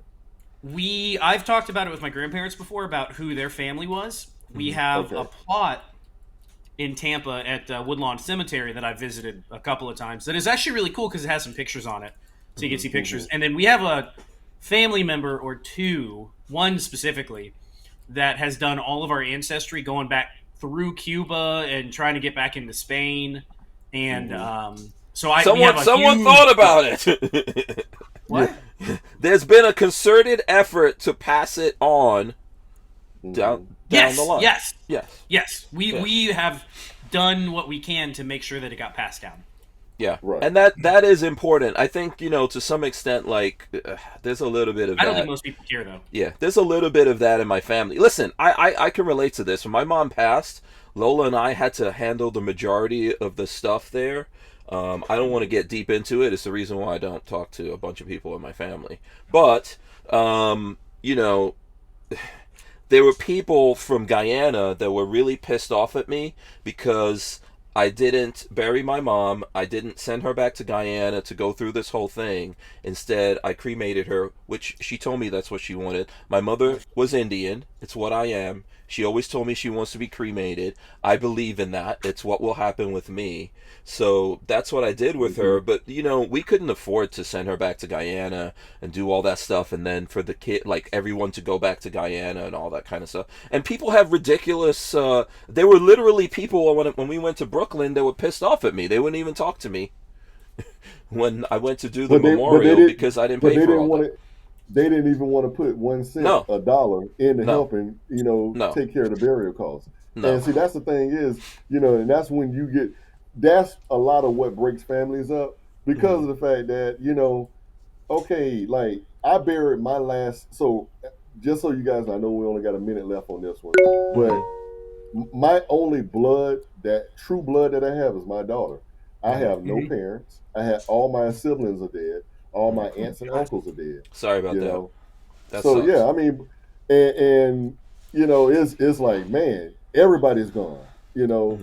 And you try to do what you can. Like me and my daughter, we have a great relationship, so she knows what the deal is and everything. But it's like, hey, man, that's what counts, though, man. That's what counts. Yeah. You stop the bullshit with you. Yeah, exactly. You stop the bullshit with you. You and her mom, I guess, you guys work together. You know what I'm saying? You've avoided all the shit that other people just let happen in their lives, and that's a big deal.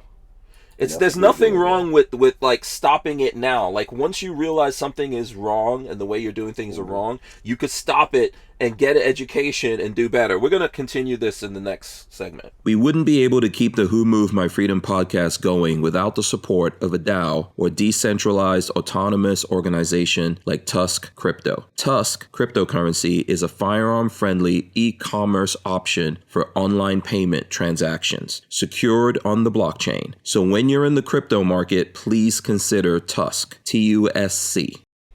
42 Chilled had some comments here if you guys are in the chat, but I'll read one. He says, Peeps trying to make bank all over. Yeah, unfortunately, that is a big thing when it comes to this. But yeah, on the subject of what's going on with training, I think it's the same thing. Listen, look at all the stuff that's happening. Do you think it would have just saved the people in Israel when these guys trained for months? They were well armed, well supplied to come over the border into these sections and take these people. Do you think it would just help them just because they had guns laying around? Now, for sure, yes, you can pick up the gun, you can pull the trigger, and then you can pray that it works. Okay? It takes something. It takes some kind of effort, to be able to react to that. And I'm not, look, I get the money thing. You don't have to spend any money to get training, right? But it is worth it to get some kind of training. You should always seek knowledge from outside of yourself. You should always do that. But there's lots of ways. There's books. There's videos. There's people who put stuff up there, But there's you taking your time and knowing what that gun is, how it works, and how to make it function correctly, how to make sure that it's functioning when you need it and you can actually hit a target. There's all that stuff. None of this happens by magic. Hank, I can't tell you how many people have come to my classes that didn't even know. I tell people, I ask them, I say, well, what make and model is your gun? I don't know. 9mm? That's what they say. I'm like, so that's like telling me that if I ask you what make and model of your car is, you say, well, 87 unleaded. I'm like, right. that means nothing to me. Yeah. You should always know the make and model of your gun, what caliber it takes. Things like that. But a lot of people those same people that don't come to the class, guess what? They have no idea. They have no idea how to. I mean, hey, there's a dog. There's a strange dog in Babyface's house tearing shit up. Obviously, that's what those noises are. I have food. I'll interrupt you real quick, and I'll do a PSA for anybody. Let me see. Hold on. Yeah. Mm-hmm. So I have food. Marley made quesadillas tonight, and they are fantastic. But I found a dog on the side of the road today, and I think somebody dumped him. So if anybody wants a new dog, you let me know, because he's tearing up my house right now. And Patrick is a good guy. He it's not in him to leave that dog out there. Oh, look at that. He is I believe, look how skinny he is. That's why I think someone dumped him. Yeah. I believe he's a full-bred, purebred foxhound. I'm pretty sure he's a full. Yeah. And he's not a bad dog because I haven't heard him bark or anything like that this whole time. Okay, he just looks like something just got disconnected over there. Yeah, power came out of my camera. No, he's a very good animal. He just has no table manners. He's been raised in a barn, has no table manners, has no idea how to live in a house. He needs some training. He needs training. It's exactly right. Yeah, some time and effort. He's an excellent animal. He's super friendly. So, yeah, if anybody is looking for a dog, he's super friendly. He likes people and the baby. He thought the baby was fun. He likes other dogs. He is wanting to play with Buckshot all the time. Yeah, Lola says, how is Buckshot dealing with another dog invading his space? Oh. It's totally fine, to be honest. Where'd you get that from? Rod? Yeah, that's him right there. English foxhound. That's exactly what he is. English foxhound. Oh, yeah. He's 100%. He looks exactly like that. Exactly like that. The problem, I have a feeling, a gut feeling that because he is such a friendly, jovial dog, he's probably a terrible hunting dog. Probably so. And when hunters don't want their hunting dogs any longer, they yeller them. Oh. So I I put him up on a couple of pet finder things today. I've called around, seen if I drove around the neighborhood where I found him, and the woman that was there, like the street over from where I found him, also had a dog barking. I was like, oh, let me go over there. Maybe he came from that yard. Her dog has been with her for 3 weeks, because somebody abandoned him on the side of the road as well. So I have a feeling somebody just threw him out the back of a truck and said, have fun, and that's where we're at now. Yeah. So An excellent point, though. If anybody's North Central Florida is looking for a dog, I would be happy to hook you up with a full-blooded foxhound. He's a wonderful animal. Yeah, it looks like a good dog. Just needs some work. Mm-hmm. He has Have you thought about going to the vet and see if he's chipped? Already done. No chip, no name, no nothing. He's too scrawny to be well maintained. His nails are really long. His teeth are dirty. He's been on the run Probably for a couple of days at minimum, or the person who was owning him did not take good care of him. So, so I'm looking. We have to keep him for a certain amount of time just to make sure that nobody comes looking. And then we're probably going to do our best to rehome him, because he's an excellent dog. He's a very, very sweet animal. He just has no home training. He's starving. Poor thing is starving. He's had 3 or 4 bowls of food already today, and now he's over my shoulder trying to get quesadilla off my desk. Hold on. Yeah, he's back there somewhere. Yeah, I see. There he is. Yeah. But he's an excellent dog. So if anybody is looking for a foxhound, wants a good companion to go hiking or hunting with, he would probably be a wonderful animal. Yeah, if you could do it. Don't get into stuff that you can't. No, don't go over your... He's fine right now. He's fine at our house, sticking around. Yeah. I know you were asking me about it. I don't have the heart after my dog Sailor. After Sailor, I just can't do it. And then plus, I don't spend a lot of time. I'm always traveling and all that kind of stuff, so I don't, He'd be a great travel companion. Yeah, I mean, I He's can't do it. He's a good boy. I can't do it, man. I've thought about it. Like, I run into so many, good dogs and stuff like that. It makes me think, but I literally think about my mom and my dog every day.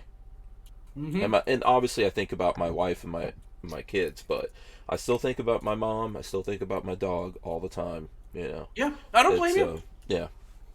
So, yeah, listen. Go. Huh? What? Lola's still here. The dog ain't. Yeah, but I'm fortunate Lola's still here, man. She hasn't run away from me. Or you Lola hasn't. Like she was gone. Lola hasn't done like whatever the owners did of that and taken me somewhere and just dropped me off. You know what I mean? And then I'm outside scratching it. That would happen. And that's really sad. But people like that should get flogged in the street. That's bullshit that you just... And he's at least a year old. 42 Chilled said he would take care of the squirrels. Yeah, that's just... Yeah, he would. Oh, he would take. Believe me, Hank, he would take care of every squirrel in that yard. Yeah. Oh yeah. Definitely. But if anyone out there is seriously looking for a good dog, he seems like he's excellent. No barking, well behaved no wolfing. enough. Yeah. Oh, he's an excellent boy. Yeah, really he's not fighting with Buckshot or anything. No, he wants to play 24/7 with Buck. That's what he was doing. Yeah. Listen, to get back to what we were talking about, we need to learn how to make investments in our lives, and you need to be balanced with it, right? Like, I don't buy guns all the time. And I definitely don't train as much as I need to. I do go off and do training every now and then. We were talking about being fit. Look, just going out and doing training is a good way to stay fit. Now, obviously, it's an expensive way, but you could do, depending on where you are, you could do this stuff on your own. There's things you can do on your own. It's really important, I think, to do this for this reason. When shit goes wrong, the way that you are going to react to that is based on your on whatever kind of training you have. And if you have none, you're going to find yourself scrambling and panicking in that moment, versus you have some kind of experience, some kind of understanding of what you're dealing with, because inevitably shit does go wrong. Yeah. Everything doesn't function properly. But this is like the tough thing, right? Like, I don't believe people should be forced into it. People just need to have the good sense to do it. I always tell people, knowledge itself is not power. right? Yeah.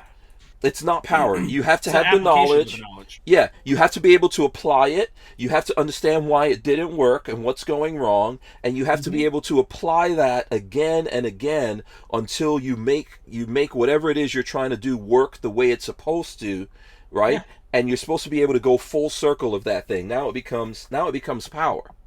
That's with anything, and with guns, it definitely applies to that, right? So if you don't take time to think about what you're dealing with, what's going on here, you're going to find yourselves if for lots of different things going on. I sent you guys, I'm not going to get too deep into it, but I sent you guys this this article. This happened last week here in Florida, and right here actually in Gainesville.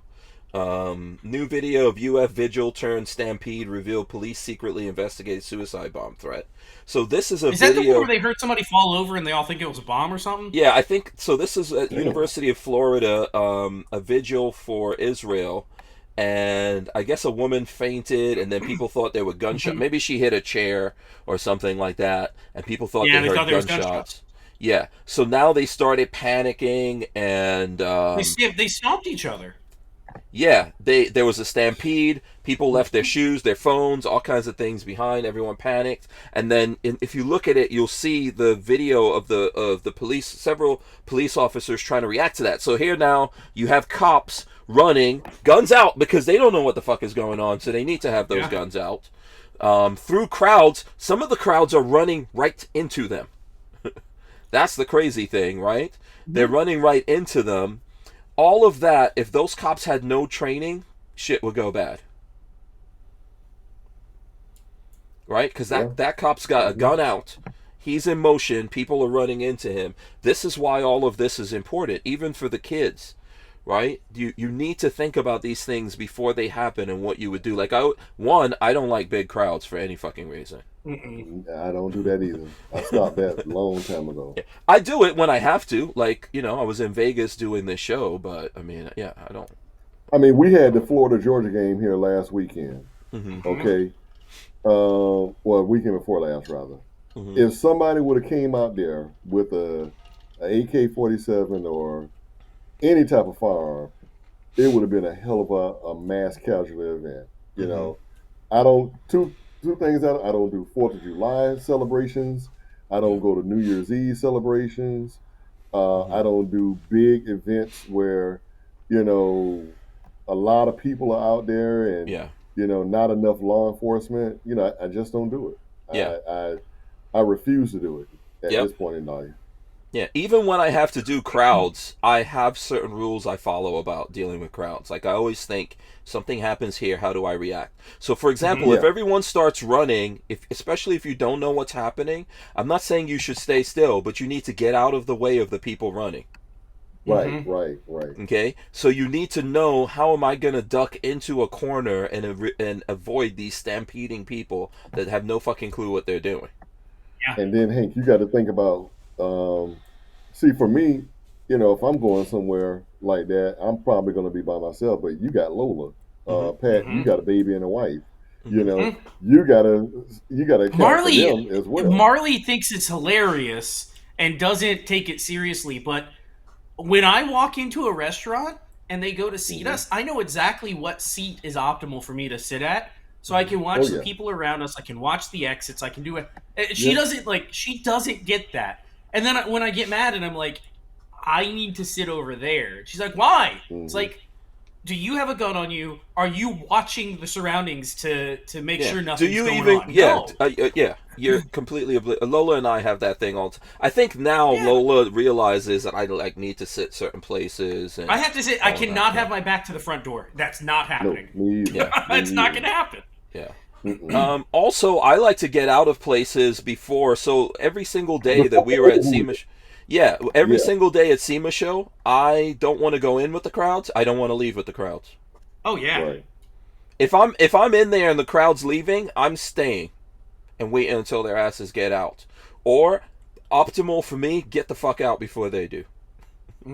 So Hank, Tiki and I, we went to the beach 2 weeks ago. And I don't know what it is, but when I saw that movie American Assassin, where the guys came on the beach and killed all with the AK-47s and stuff, it's like when I go out to the beach now, I'm looking for stuff like that now. You know, and it's imprinted. And every time I go, I can't go to a beach without thinking about that movie because it could happen. You know, it very well could happen. And, you know, it's just now. Anything could happen at any time. Like, I don't like when people move around me. So if I'm somewhere and there's people acting erratically, moving around me, especially if I identify that person as being crazy, I don't turn my fucking back on them. No, of course not. No. Yeah. No. You know, I stay paranoid, and it's tough. It's tough for, like, it's not. I think in the female nature, you know, I think women have lots of really good things, but it's not in their nature to think about that, and that's our job as men. Now, also, it's our job to make them aware. That they should be aware of shit. Yes, you know? and Marley gets annoyed at me that I'm like, "Are you watching? Are you watching this? Are you seeing what's going on?" No, okay. Yeah. That's the price we have to pay, you know. In a panic situation like that, you need to, like I said, if something goes wrong, and I worry about, like with my kids, I try to talk to them about all this stuff. If something goes wrong, you need to get out of the way of all the running people or creatures. Okay, and you need to let them do what they're going to do while you have to observe. But it's difficult, right? When everyone panics, it's difficult to observe and not do anything. Like, I have pretty fast reflexes. However, you know, you don't want to react to everything. Like, you want to, if your reaction should be observing what the fuck exactly is going on. Okay? That's the first thing you need to know, and you need to get out of the way of whatever's happening. But yeah, the biggest thing, avoid the crowds.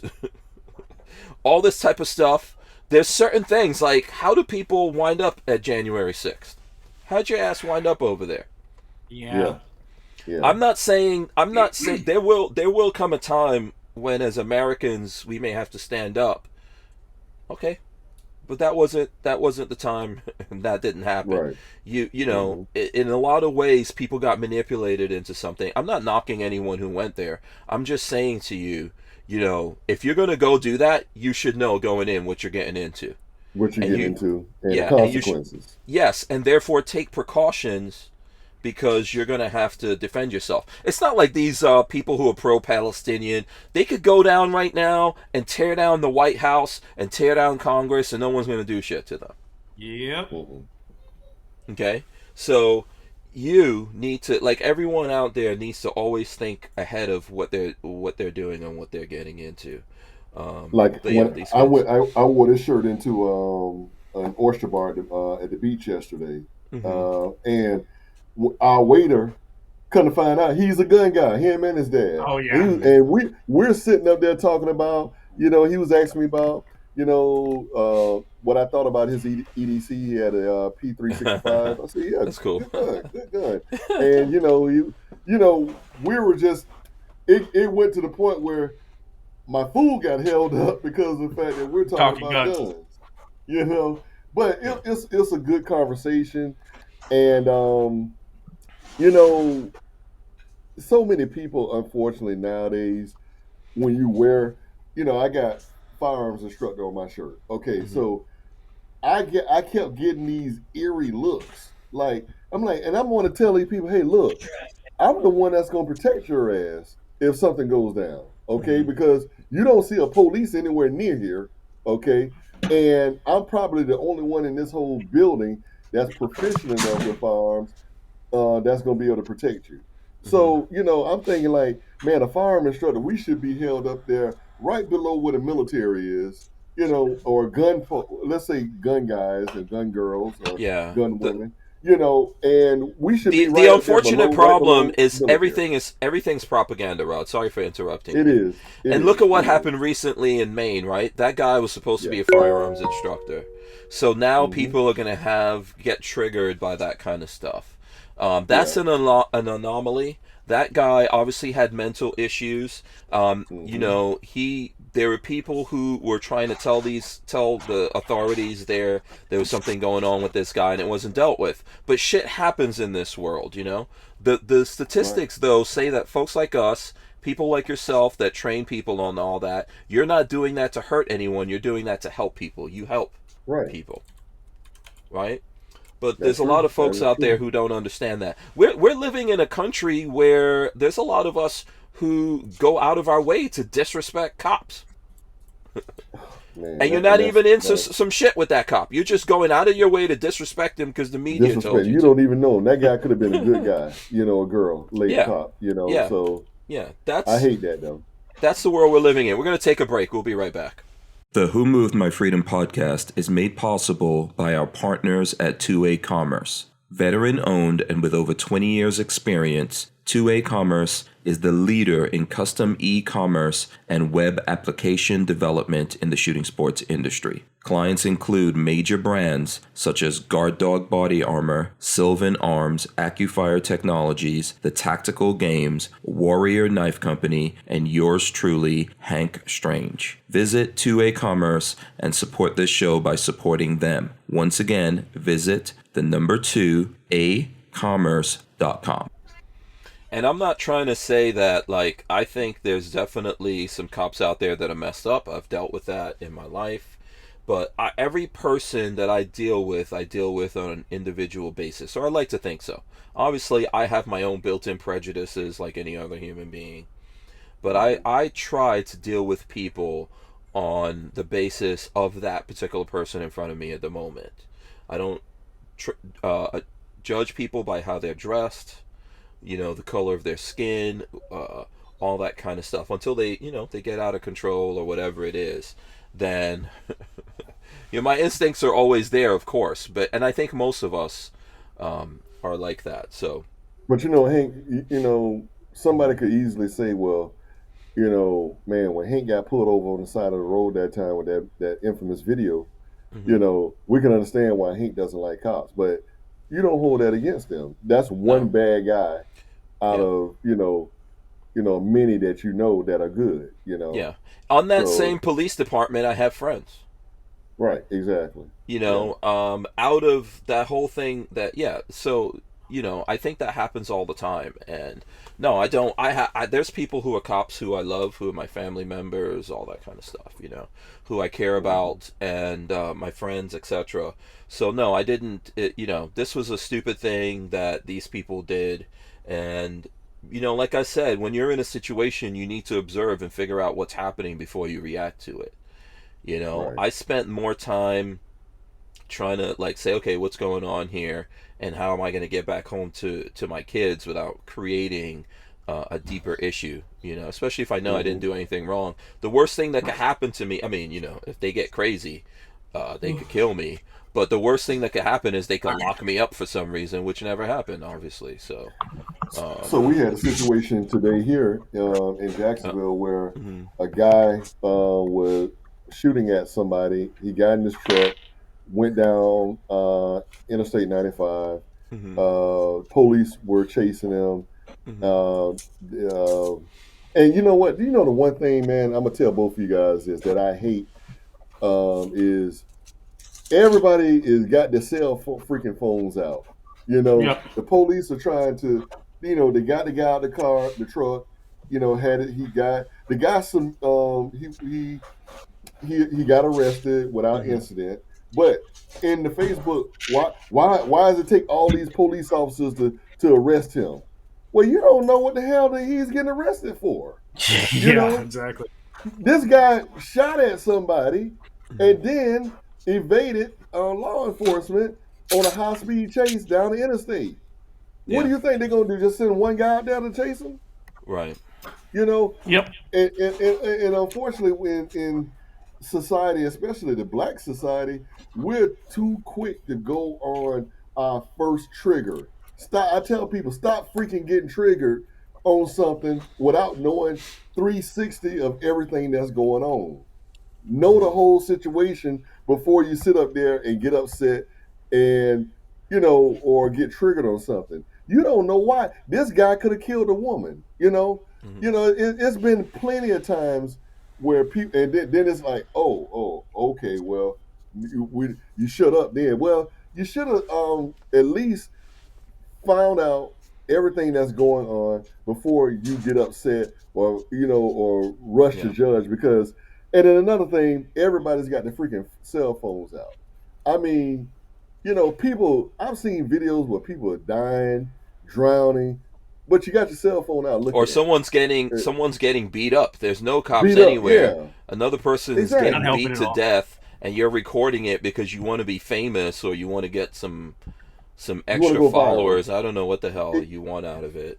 But yeah, and meanwhile, it's someone's son, it's someone's daughter, it's someone's father or mother, and you're just an observer instead of a person helping. This is the problem we have with society. I saw someone said this about Elon Musk, that Musk said he bought Twitter because of the woke mind virus that exists in San Francisco that's destroying the whole world.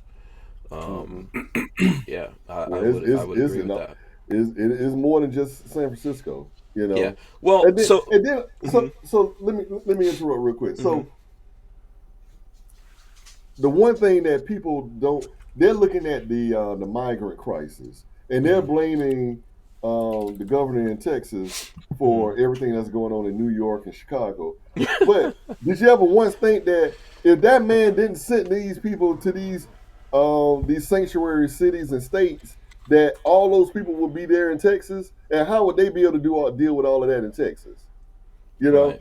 And I'm like, hey, you know what? And then you got to think, hell, California or LA for that reason, they just re-upped that in, I think, June or July. Hey, we're proud to be a sanctuary city. You know what? Ship those damn folks to there. Now, all of those people that are coming in are not bad. Okay, I actually got a great friend of mine who's Venezuelan. She came over. She did the right way though. Okay, she claimed political asylum. She didn't hide from anything. She went to all of her hearings, and now she's trying to get her citizenship. Okay? Yeah, that's how my family came to America a long time ago. We came here legally with a visa through JFK Airport, and we just overstayed that visa. But the thing is, we were registered and all that kind of stuff, and from that point, we followed it. Listen, people want to come to America for opportunity, but the problem that we're having is that, regardless of how you look at this thing, there needs to be one line. Right? You wouldn't leave the door to your house open today, and you wouldn't let anyone walk into your house and take whatever they want to or do whatever they want to in your house, right?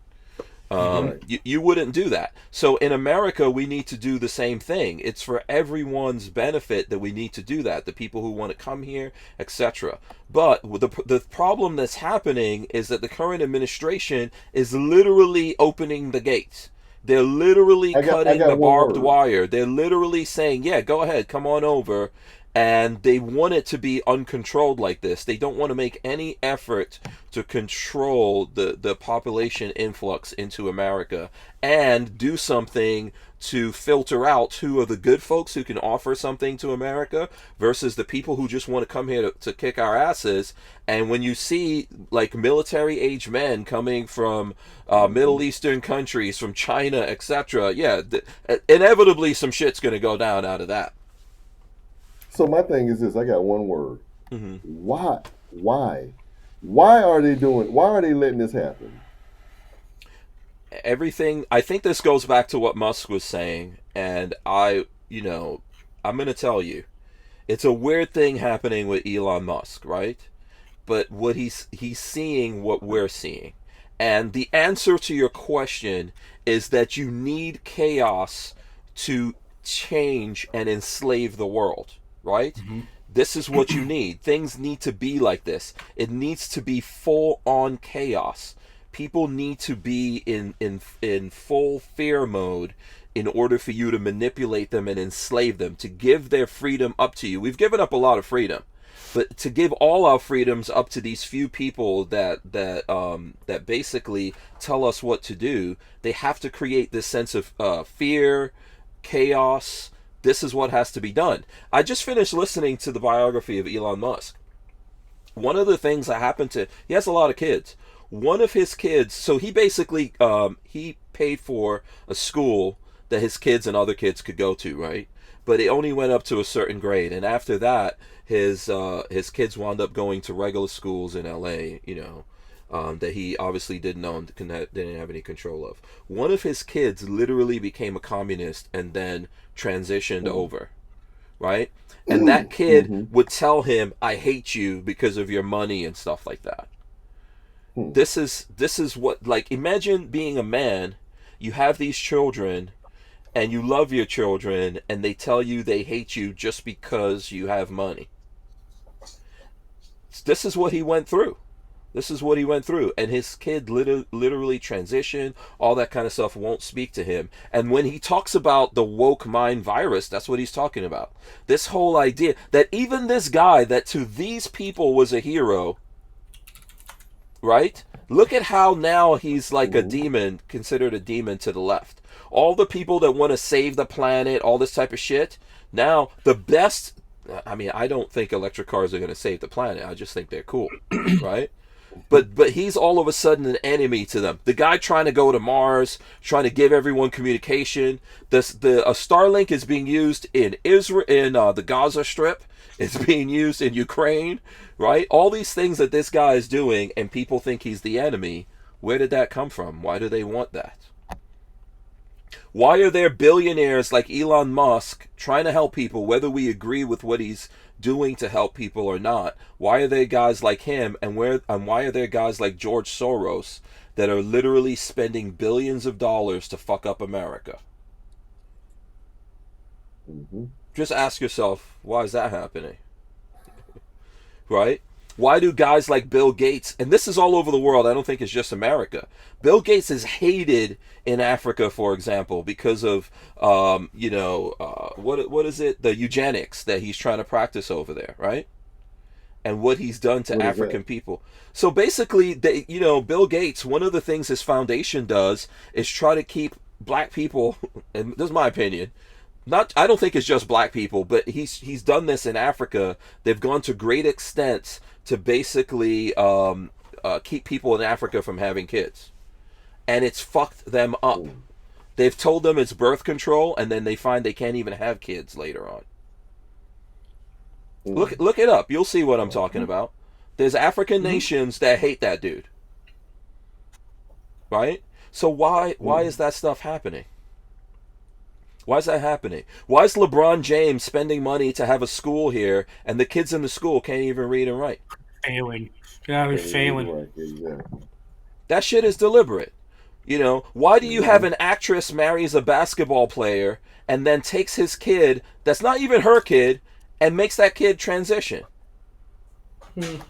Why does that happen? Because there are people who are buying into this shit. And they want to fuck everyone up, because that fucked up state of people being in a state of fear and confusion, right, is how you control them. And it may sound like a conspiracy theory, but we're seeing it playing out. Yeah. Every single day in front of us. Unfortunately. So, yeah. Night Train says Bill Gates is the Antichrist. That's from Night Train. I don't even understand this world that I'm living in right now. Now, Patrick, I wish you could have lived back in the 70s and 80s like we did. And what year were you born in, Patrick? 89. 89, okay. I got to experience the 90s, that's it. And everything's been downhill since the internet. Do you notice the difference, Patrick? Do you notice the difference, though, from that time? Between 90s and now? Yeah. Oh, absolutely. Everything has been downhill since the internet, 100%. Yeah. I mean, I can remember, Hank, I know you can remember life without the internet, and it's, we're living in a world that I don't recognize. And I mean, not saying that I'm suicidal or nothing, but you know what though? Hey, when it's my time to go, you know what? Listen, I think the internet is like any other sword. A sword is a sword. It cuts both ways. This is my personal opinion, right? I think the internet and technology has done a lot to help us. But we are the ones that are lazy. It's the same thing that we're saying about like guns and people don't want to get training. We're the ones who are lazy. Also, Hank, we're the ones who misuse it. Guess what we talked about earlier? Remember you and Patrick were talking about you were walking and you guys got tired? Back in the day, Hank, now remember, we walked everywhere we went, you know? Yeah. You know? Even if you had a car, that car didn't come out for some bullshit to run down to the corner. Patrick, believe it or not, when I was a kid, we were told to get out the house. I don't know. Oh, yeah, it looks like he's frozen. There you go. He's back here. Frozen? Yeah. Oh, okay. Yeah. Go ahead. When I was a kid, I remember my mom telling me, 8 o'clock in the morning, get out the dang house, okay? Don't come back in this house until you want to eat lunch. After you eat lunch, you go back out again, and you make it back in before the street lights come on, you know? And you come in, take a bath, and man, we drank out of garden hoses. You know, we did that. We didn't have bottled water back then. You know, our parents didn't all the time take us to the hospital. We had Father John's, milk of magnesia, all of that good castor oil. We literally drank. Rub some dirt on it. Yeah, rub some dirt on it. You know, I mean, I got cherries on my body from when I played football. We played football literally in the street. Tackle football in the street. So imagine how we looked at the end of the day, you know. Right. And now, I grew up in the street. Now, how I'm able to shoot so good? When I was 9, 10 years old, my dad bought me a Daisy Red Ryder. Red Ryder BB gun. We were out there shooting squirrels and robins, and you know what we did? We didn't let those squirrels and robins just die. We would ate them. I knew that was coming. You know what I'm saying? And a lot, like I had a class over the weekend, and the guy was like, and the guy that I had a class with, the student he suffered from muscular dystrophy. Okay. And he asked me, he said, "Man, how are you such a good shot?" I said, "Well, man, when I was 9, 10 years old, I was shooting squirrels out of a pine tree that was maybe two or 3 stories high. I would shoot him in the head, you know." And he was like, "Wow!" And those are with iron sights because we didn't have red dots or scopes back then that you put on BB guns, you know. So the technology is not being used, right? I have this conversation with my kids all the time. I think, like Patrick is saying, my kids were born after '99, right? And so in the late '90s, early zeros is when my kids came into the world. And there's all these things that I'm like, dude, you can look this shit up. That's the beauty of the internet. If you don't know something, you can look it up. You can educate yourself. You don't have to take the news they're giving you. You can hear that news and then go dig into it and see what exactly is going on. It's like my parents used to tell me if I said big words, my mother was like, "What does it mean? Spell it. Tell me what, you know." Yep, my mom. Hey. So another thing, Hank, when DeSantis went on about the education thing, and you know all the black people got upset. I said one thing, and I'm gonna tell you guys a true story. As a matter of fact, I don't know if you guys know who Joe Theismann is, or is that the Theismann Trophy or something? No, he was I don't know. Heisman Trophy. I don't know. I'm assuming it's Heisman Trophy. Oh, Heisman. See, that's like a porn award. The Heisman Trophy. That's what I know about. Okay, I thought it was something related to sports. That's why. Yeah, I don't know shit about sports. Joe Theismann was a Super Bowl winning quarterback. Okay, there you go. Fame. Okay. When I worked for the Jaguars, he and I had dinner together one night for Monday Night Football. And I told Joe, I said, "Joe, the only time I ever went to school with anyone that was non-black was when I was in like first and second and third grade. No, I was in the third and fourth grade." And he's like, "Well, how did that happen?" And I told him, I said, "Hey, look, I went to an all-black Catholic school. I went to an all-black 6th grade center. That's what we used to have back then. I went to all-black 7th grade, actually a junior high. So junior high in Duval County was 7th, 8th, and 9th. I went to all black senior high school. I went to all black college. Mm-hmm. And he was like, wow. I'm like, yes. And I said that I didn't actually get a chance to meet any and have friends with anybody that were non-black until I got in the military. That was my age. And he was And astonished by there's it. a lot of that happening on the other side. There's a lot of white folks Right. that grew up like Exactly. that Right. and didn't get to Right. meet any people, black people, Latinos or whatever until they went in the But military. what I also said was this is that and I don't know where the hell I was going. I'm getting old. You were Shit. talking But about Theismann, and you didn't meet yeah, any white folks until you went to the right. military. Mm-hmm. I can't remember what I was going to say after that. But long story short was this. I told him, I said, hey, look, man, when DeSantis was talking about the school curriculum, Mm-hmm. I said, I went to all black college, and took Afro-American humanities classes and everything. Not ever once did any of those professors ever say anything about black gay theory or the study of too many black people being in prison. I never heard of that. Never, ever. I'm like, was this some new history shit? It's like Kwanzaa. Exactly. We're going to take a break and be right back. We wouldn't be able to keep the Who Moved My Freedom podcast going without the support of manufacturers like Safety Harbor Firearms. SHF is a quintessential family-owned small business, totally representative of the American dream. Safety Harbor Firearms is a Florida-based manufacturer of the compact entry stock and the SHTF 50 upper for an AR-15 lower. Also, SHF happily delivers on your Sten gun parts needs. So don't forget to check out stenparts.com and safetyharborfirearms.com.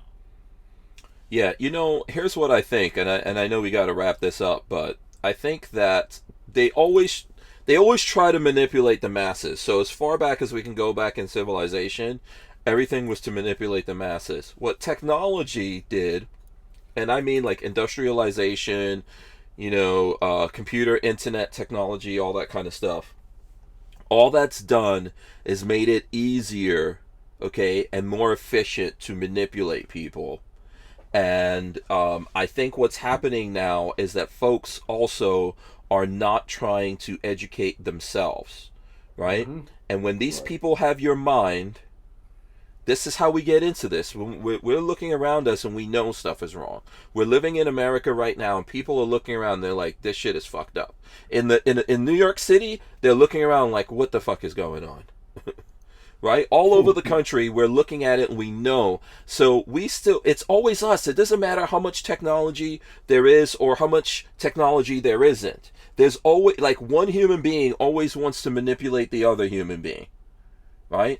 And you always have that choice of whether or not people manipulate you, get over on you, and what you do. You just need to take responsibility for yourself. If I could wrap a theme around what we're trying to say, you take responsibility. I think that's how I wound up in the gun world. And you guys probably have some kind of similar story. I wanted to take responsibility. I wanted to go to learn about these things, learn how to take care of myself. I'm not there. Like, having friends and people around me, when I look at Patrick and whatever the fuck happens, he tries to fix that shit. And he figures out a way. He's not afraid to, like, break things and all that. This means something. When you look at different people and they're growing, like, we've seen Rod here now for years, and Rod's not the same Rod that he was before. I'm not the same person I was before. Patrick wasn't the same person. This is when you take responsibility for yourself and endeavor to make yourself better. And America could do that and be that if the majority of the people want to do it. So I don't know. That's my soapbox for the moment. I'll let what you're gonna say, Rod, as we wrap up here. No. I truly believe that the social media, for one, has really did a number on society, unfortunately. And we thought that, and I worked for America Online when the internet pretty much was first being rolled out to the public. And hey, Patrick, believe it or not, we used to have phone lines that said make all kind of crazy noise for a you know. I can remember calling different modem lines to get on the internet because it was backed up, Hmm. But long story short, man, I just if my main thing goal was leaving this earth better than it was when I got here. Hmm. I had a daughter. She's graduated from college. She's doing good in society, being a productive citizen. So you know what? I feel that I'm leaving something a little bit better, than when I leave. So that's the Yeah. key thing. I think you're doing more than that. I think you're doing more than just your daughter. I think there's lots of folks out there. I follow you on social media, man. I spend time observing you. There's lots of people you're trying to help out there, right? Maybe they're Mhm. not as close to you and as important as your daughter is, but you're trying to help them, and that's what matters. I think that's an important, valid thing, and that's what we should all strive to do somehow, is to help people. So Exactly. yeah, Patrick, what did you want to say here before we wrap it up? You got some wisdom you want to drop on us? Be kind to everybody. Do what you can to be kind to others. And if you find a dog stranded on the street, pick him up. Don't let him get hit by a car. Even though he just No, spilled yeah. water everywhere, and I think he's downstairs getting on the counter eating food, but be kind. Yeah, yes, I think that's true. Do good things, and good things will come back to you. That's absolutely true. Well, big thanks to Rod Mills of Scorched Earth Firearms. I would encourage you guys. Rod, how would folks out there that want to find out more about you, how would they go about doing that? They can look up Scorched Earth Farms Training .com, the website. They can go to Facebook, same thing. Instagram on that Scorch_Earth_Farms. I got a Twitter page, but I'm never on there, so don't even try to hit me up on there. Okay. Or you can Google. Hey, guess what? I just got to 101 Google ratings, and I have a Oh, cool. five-star rating. Yeah. Sweet. Yes. Yes. Check out Twitter, man. Not just for Black Twitter, but now Twitter has Grok. That's the AI. That's Mm-hmm. coming. Yeah, that's coming to Twitter. Like What, black ChatGPT. people have their own Twitter? I don't know. That's what I heard. You go, Oh, you I've go never look been like part of. I've never been part of Black Twitter. Have you been part of Black Twitter, Patrick? I see the posts sometimes. It's Oh, it's some crazy shit. I don't what do they even do know on how their to see Twitter the that Black regular Twitter Twitter post. doesn't? Where the hell is that? You Yeah. have to follow. Basically, you just have to run in those circles to see it, Oh, or you go okay. on Reddit to like Black people Twitter, and you Mhm. can find it there too. Ah, Oh. I'm okay. sorry to tell y'all, but Egyptians, Mhm. mostly from Macedonia, Mhm. they were not sub-Saharan Africans. I don't know why people believe that, but Yeah. There's the yes. that's the main thing on Black people Twitter. Oh, is that what's Really? going on there? Yeah. No, Even not right today, now, but just even in right now general. in Egypt, there's a massive class divide. Most of the Yes. ruling Yes. class in Egypt are very fair skinned. They Yes, look it's more always like been the your same. typical Middle Easterners that you would see. Yes. And if you Yep. see a dark people in Egypt, those people are typically on the They, what's quote I unquote don't lower want to say. classes. I'll say this in the nicest way possible. They were imported to that area for sure. labor purposes, Yeah. most likely. And that goes back to the Bible. yeah, You could take that all the way back to the Bible. Patrick, if you're putting stuff out there now, right? You're working on I have videos some and more stuff. coming that I've been sitting on. Yeah, we got some stuff coming down the pike. Life has been crazy for the last 2 weeks, so I had to get my head back around straight. But we're rocking and rolling. I got stuff coming soon. All right, Soon. BabyFace P for everything out there for Yeah. everyone. If you're looking for it, support these two dudes here. They're good dudes. And there's probably something they can do to help you. They could teach you something one way or the other. Patrick can teach you how to fix your gun or build it, and Rod over there can teach you some learning on how to train yourself and stay prepared. So, and he's a suppressor dude apparently now because he's flexing. Mm-hmm. You got the good stuff. Yeah, he even figured out how to wrap his can. Look at that. Mama didn't raise no fool. There you go. All right, guys. So we are out of here. Big thanks to everyone. I'll see you guys next week. I think we're doing the Van podcast, Vanasaur, this week as well. I usually do that Thursday, 2 p.m. Eastern. I believe there's one of those that's going down. Also, you can check out Stranger Palooza for the videos from the SEMA show if you want to know more stuff. I'll see you guys. We are out of here. Let me make sure that I hit all the right buttons here. All right.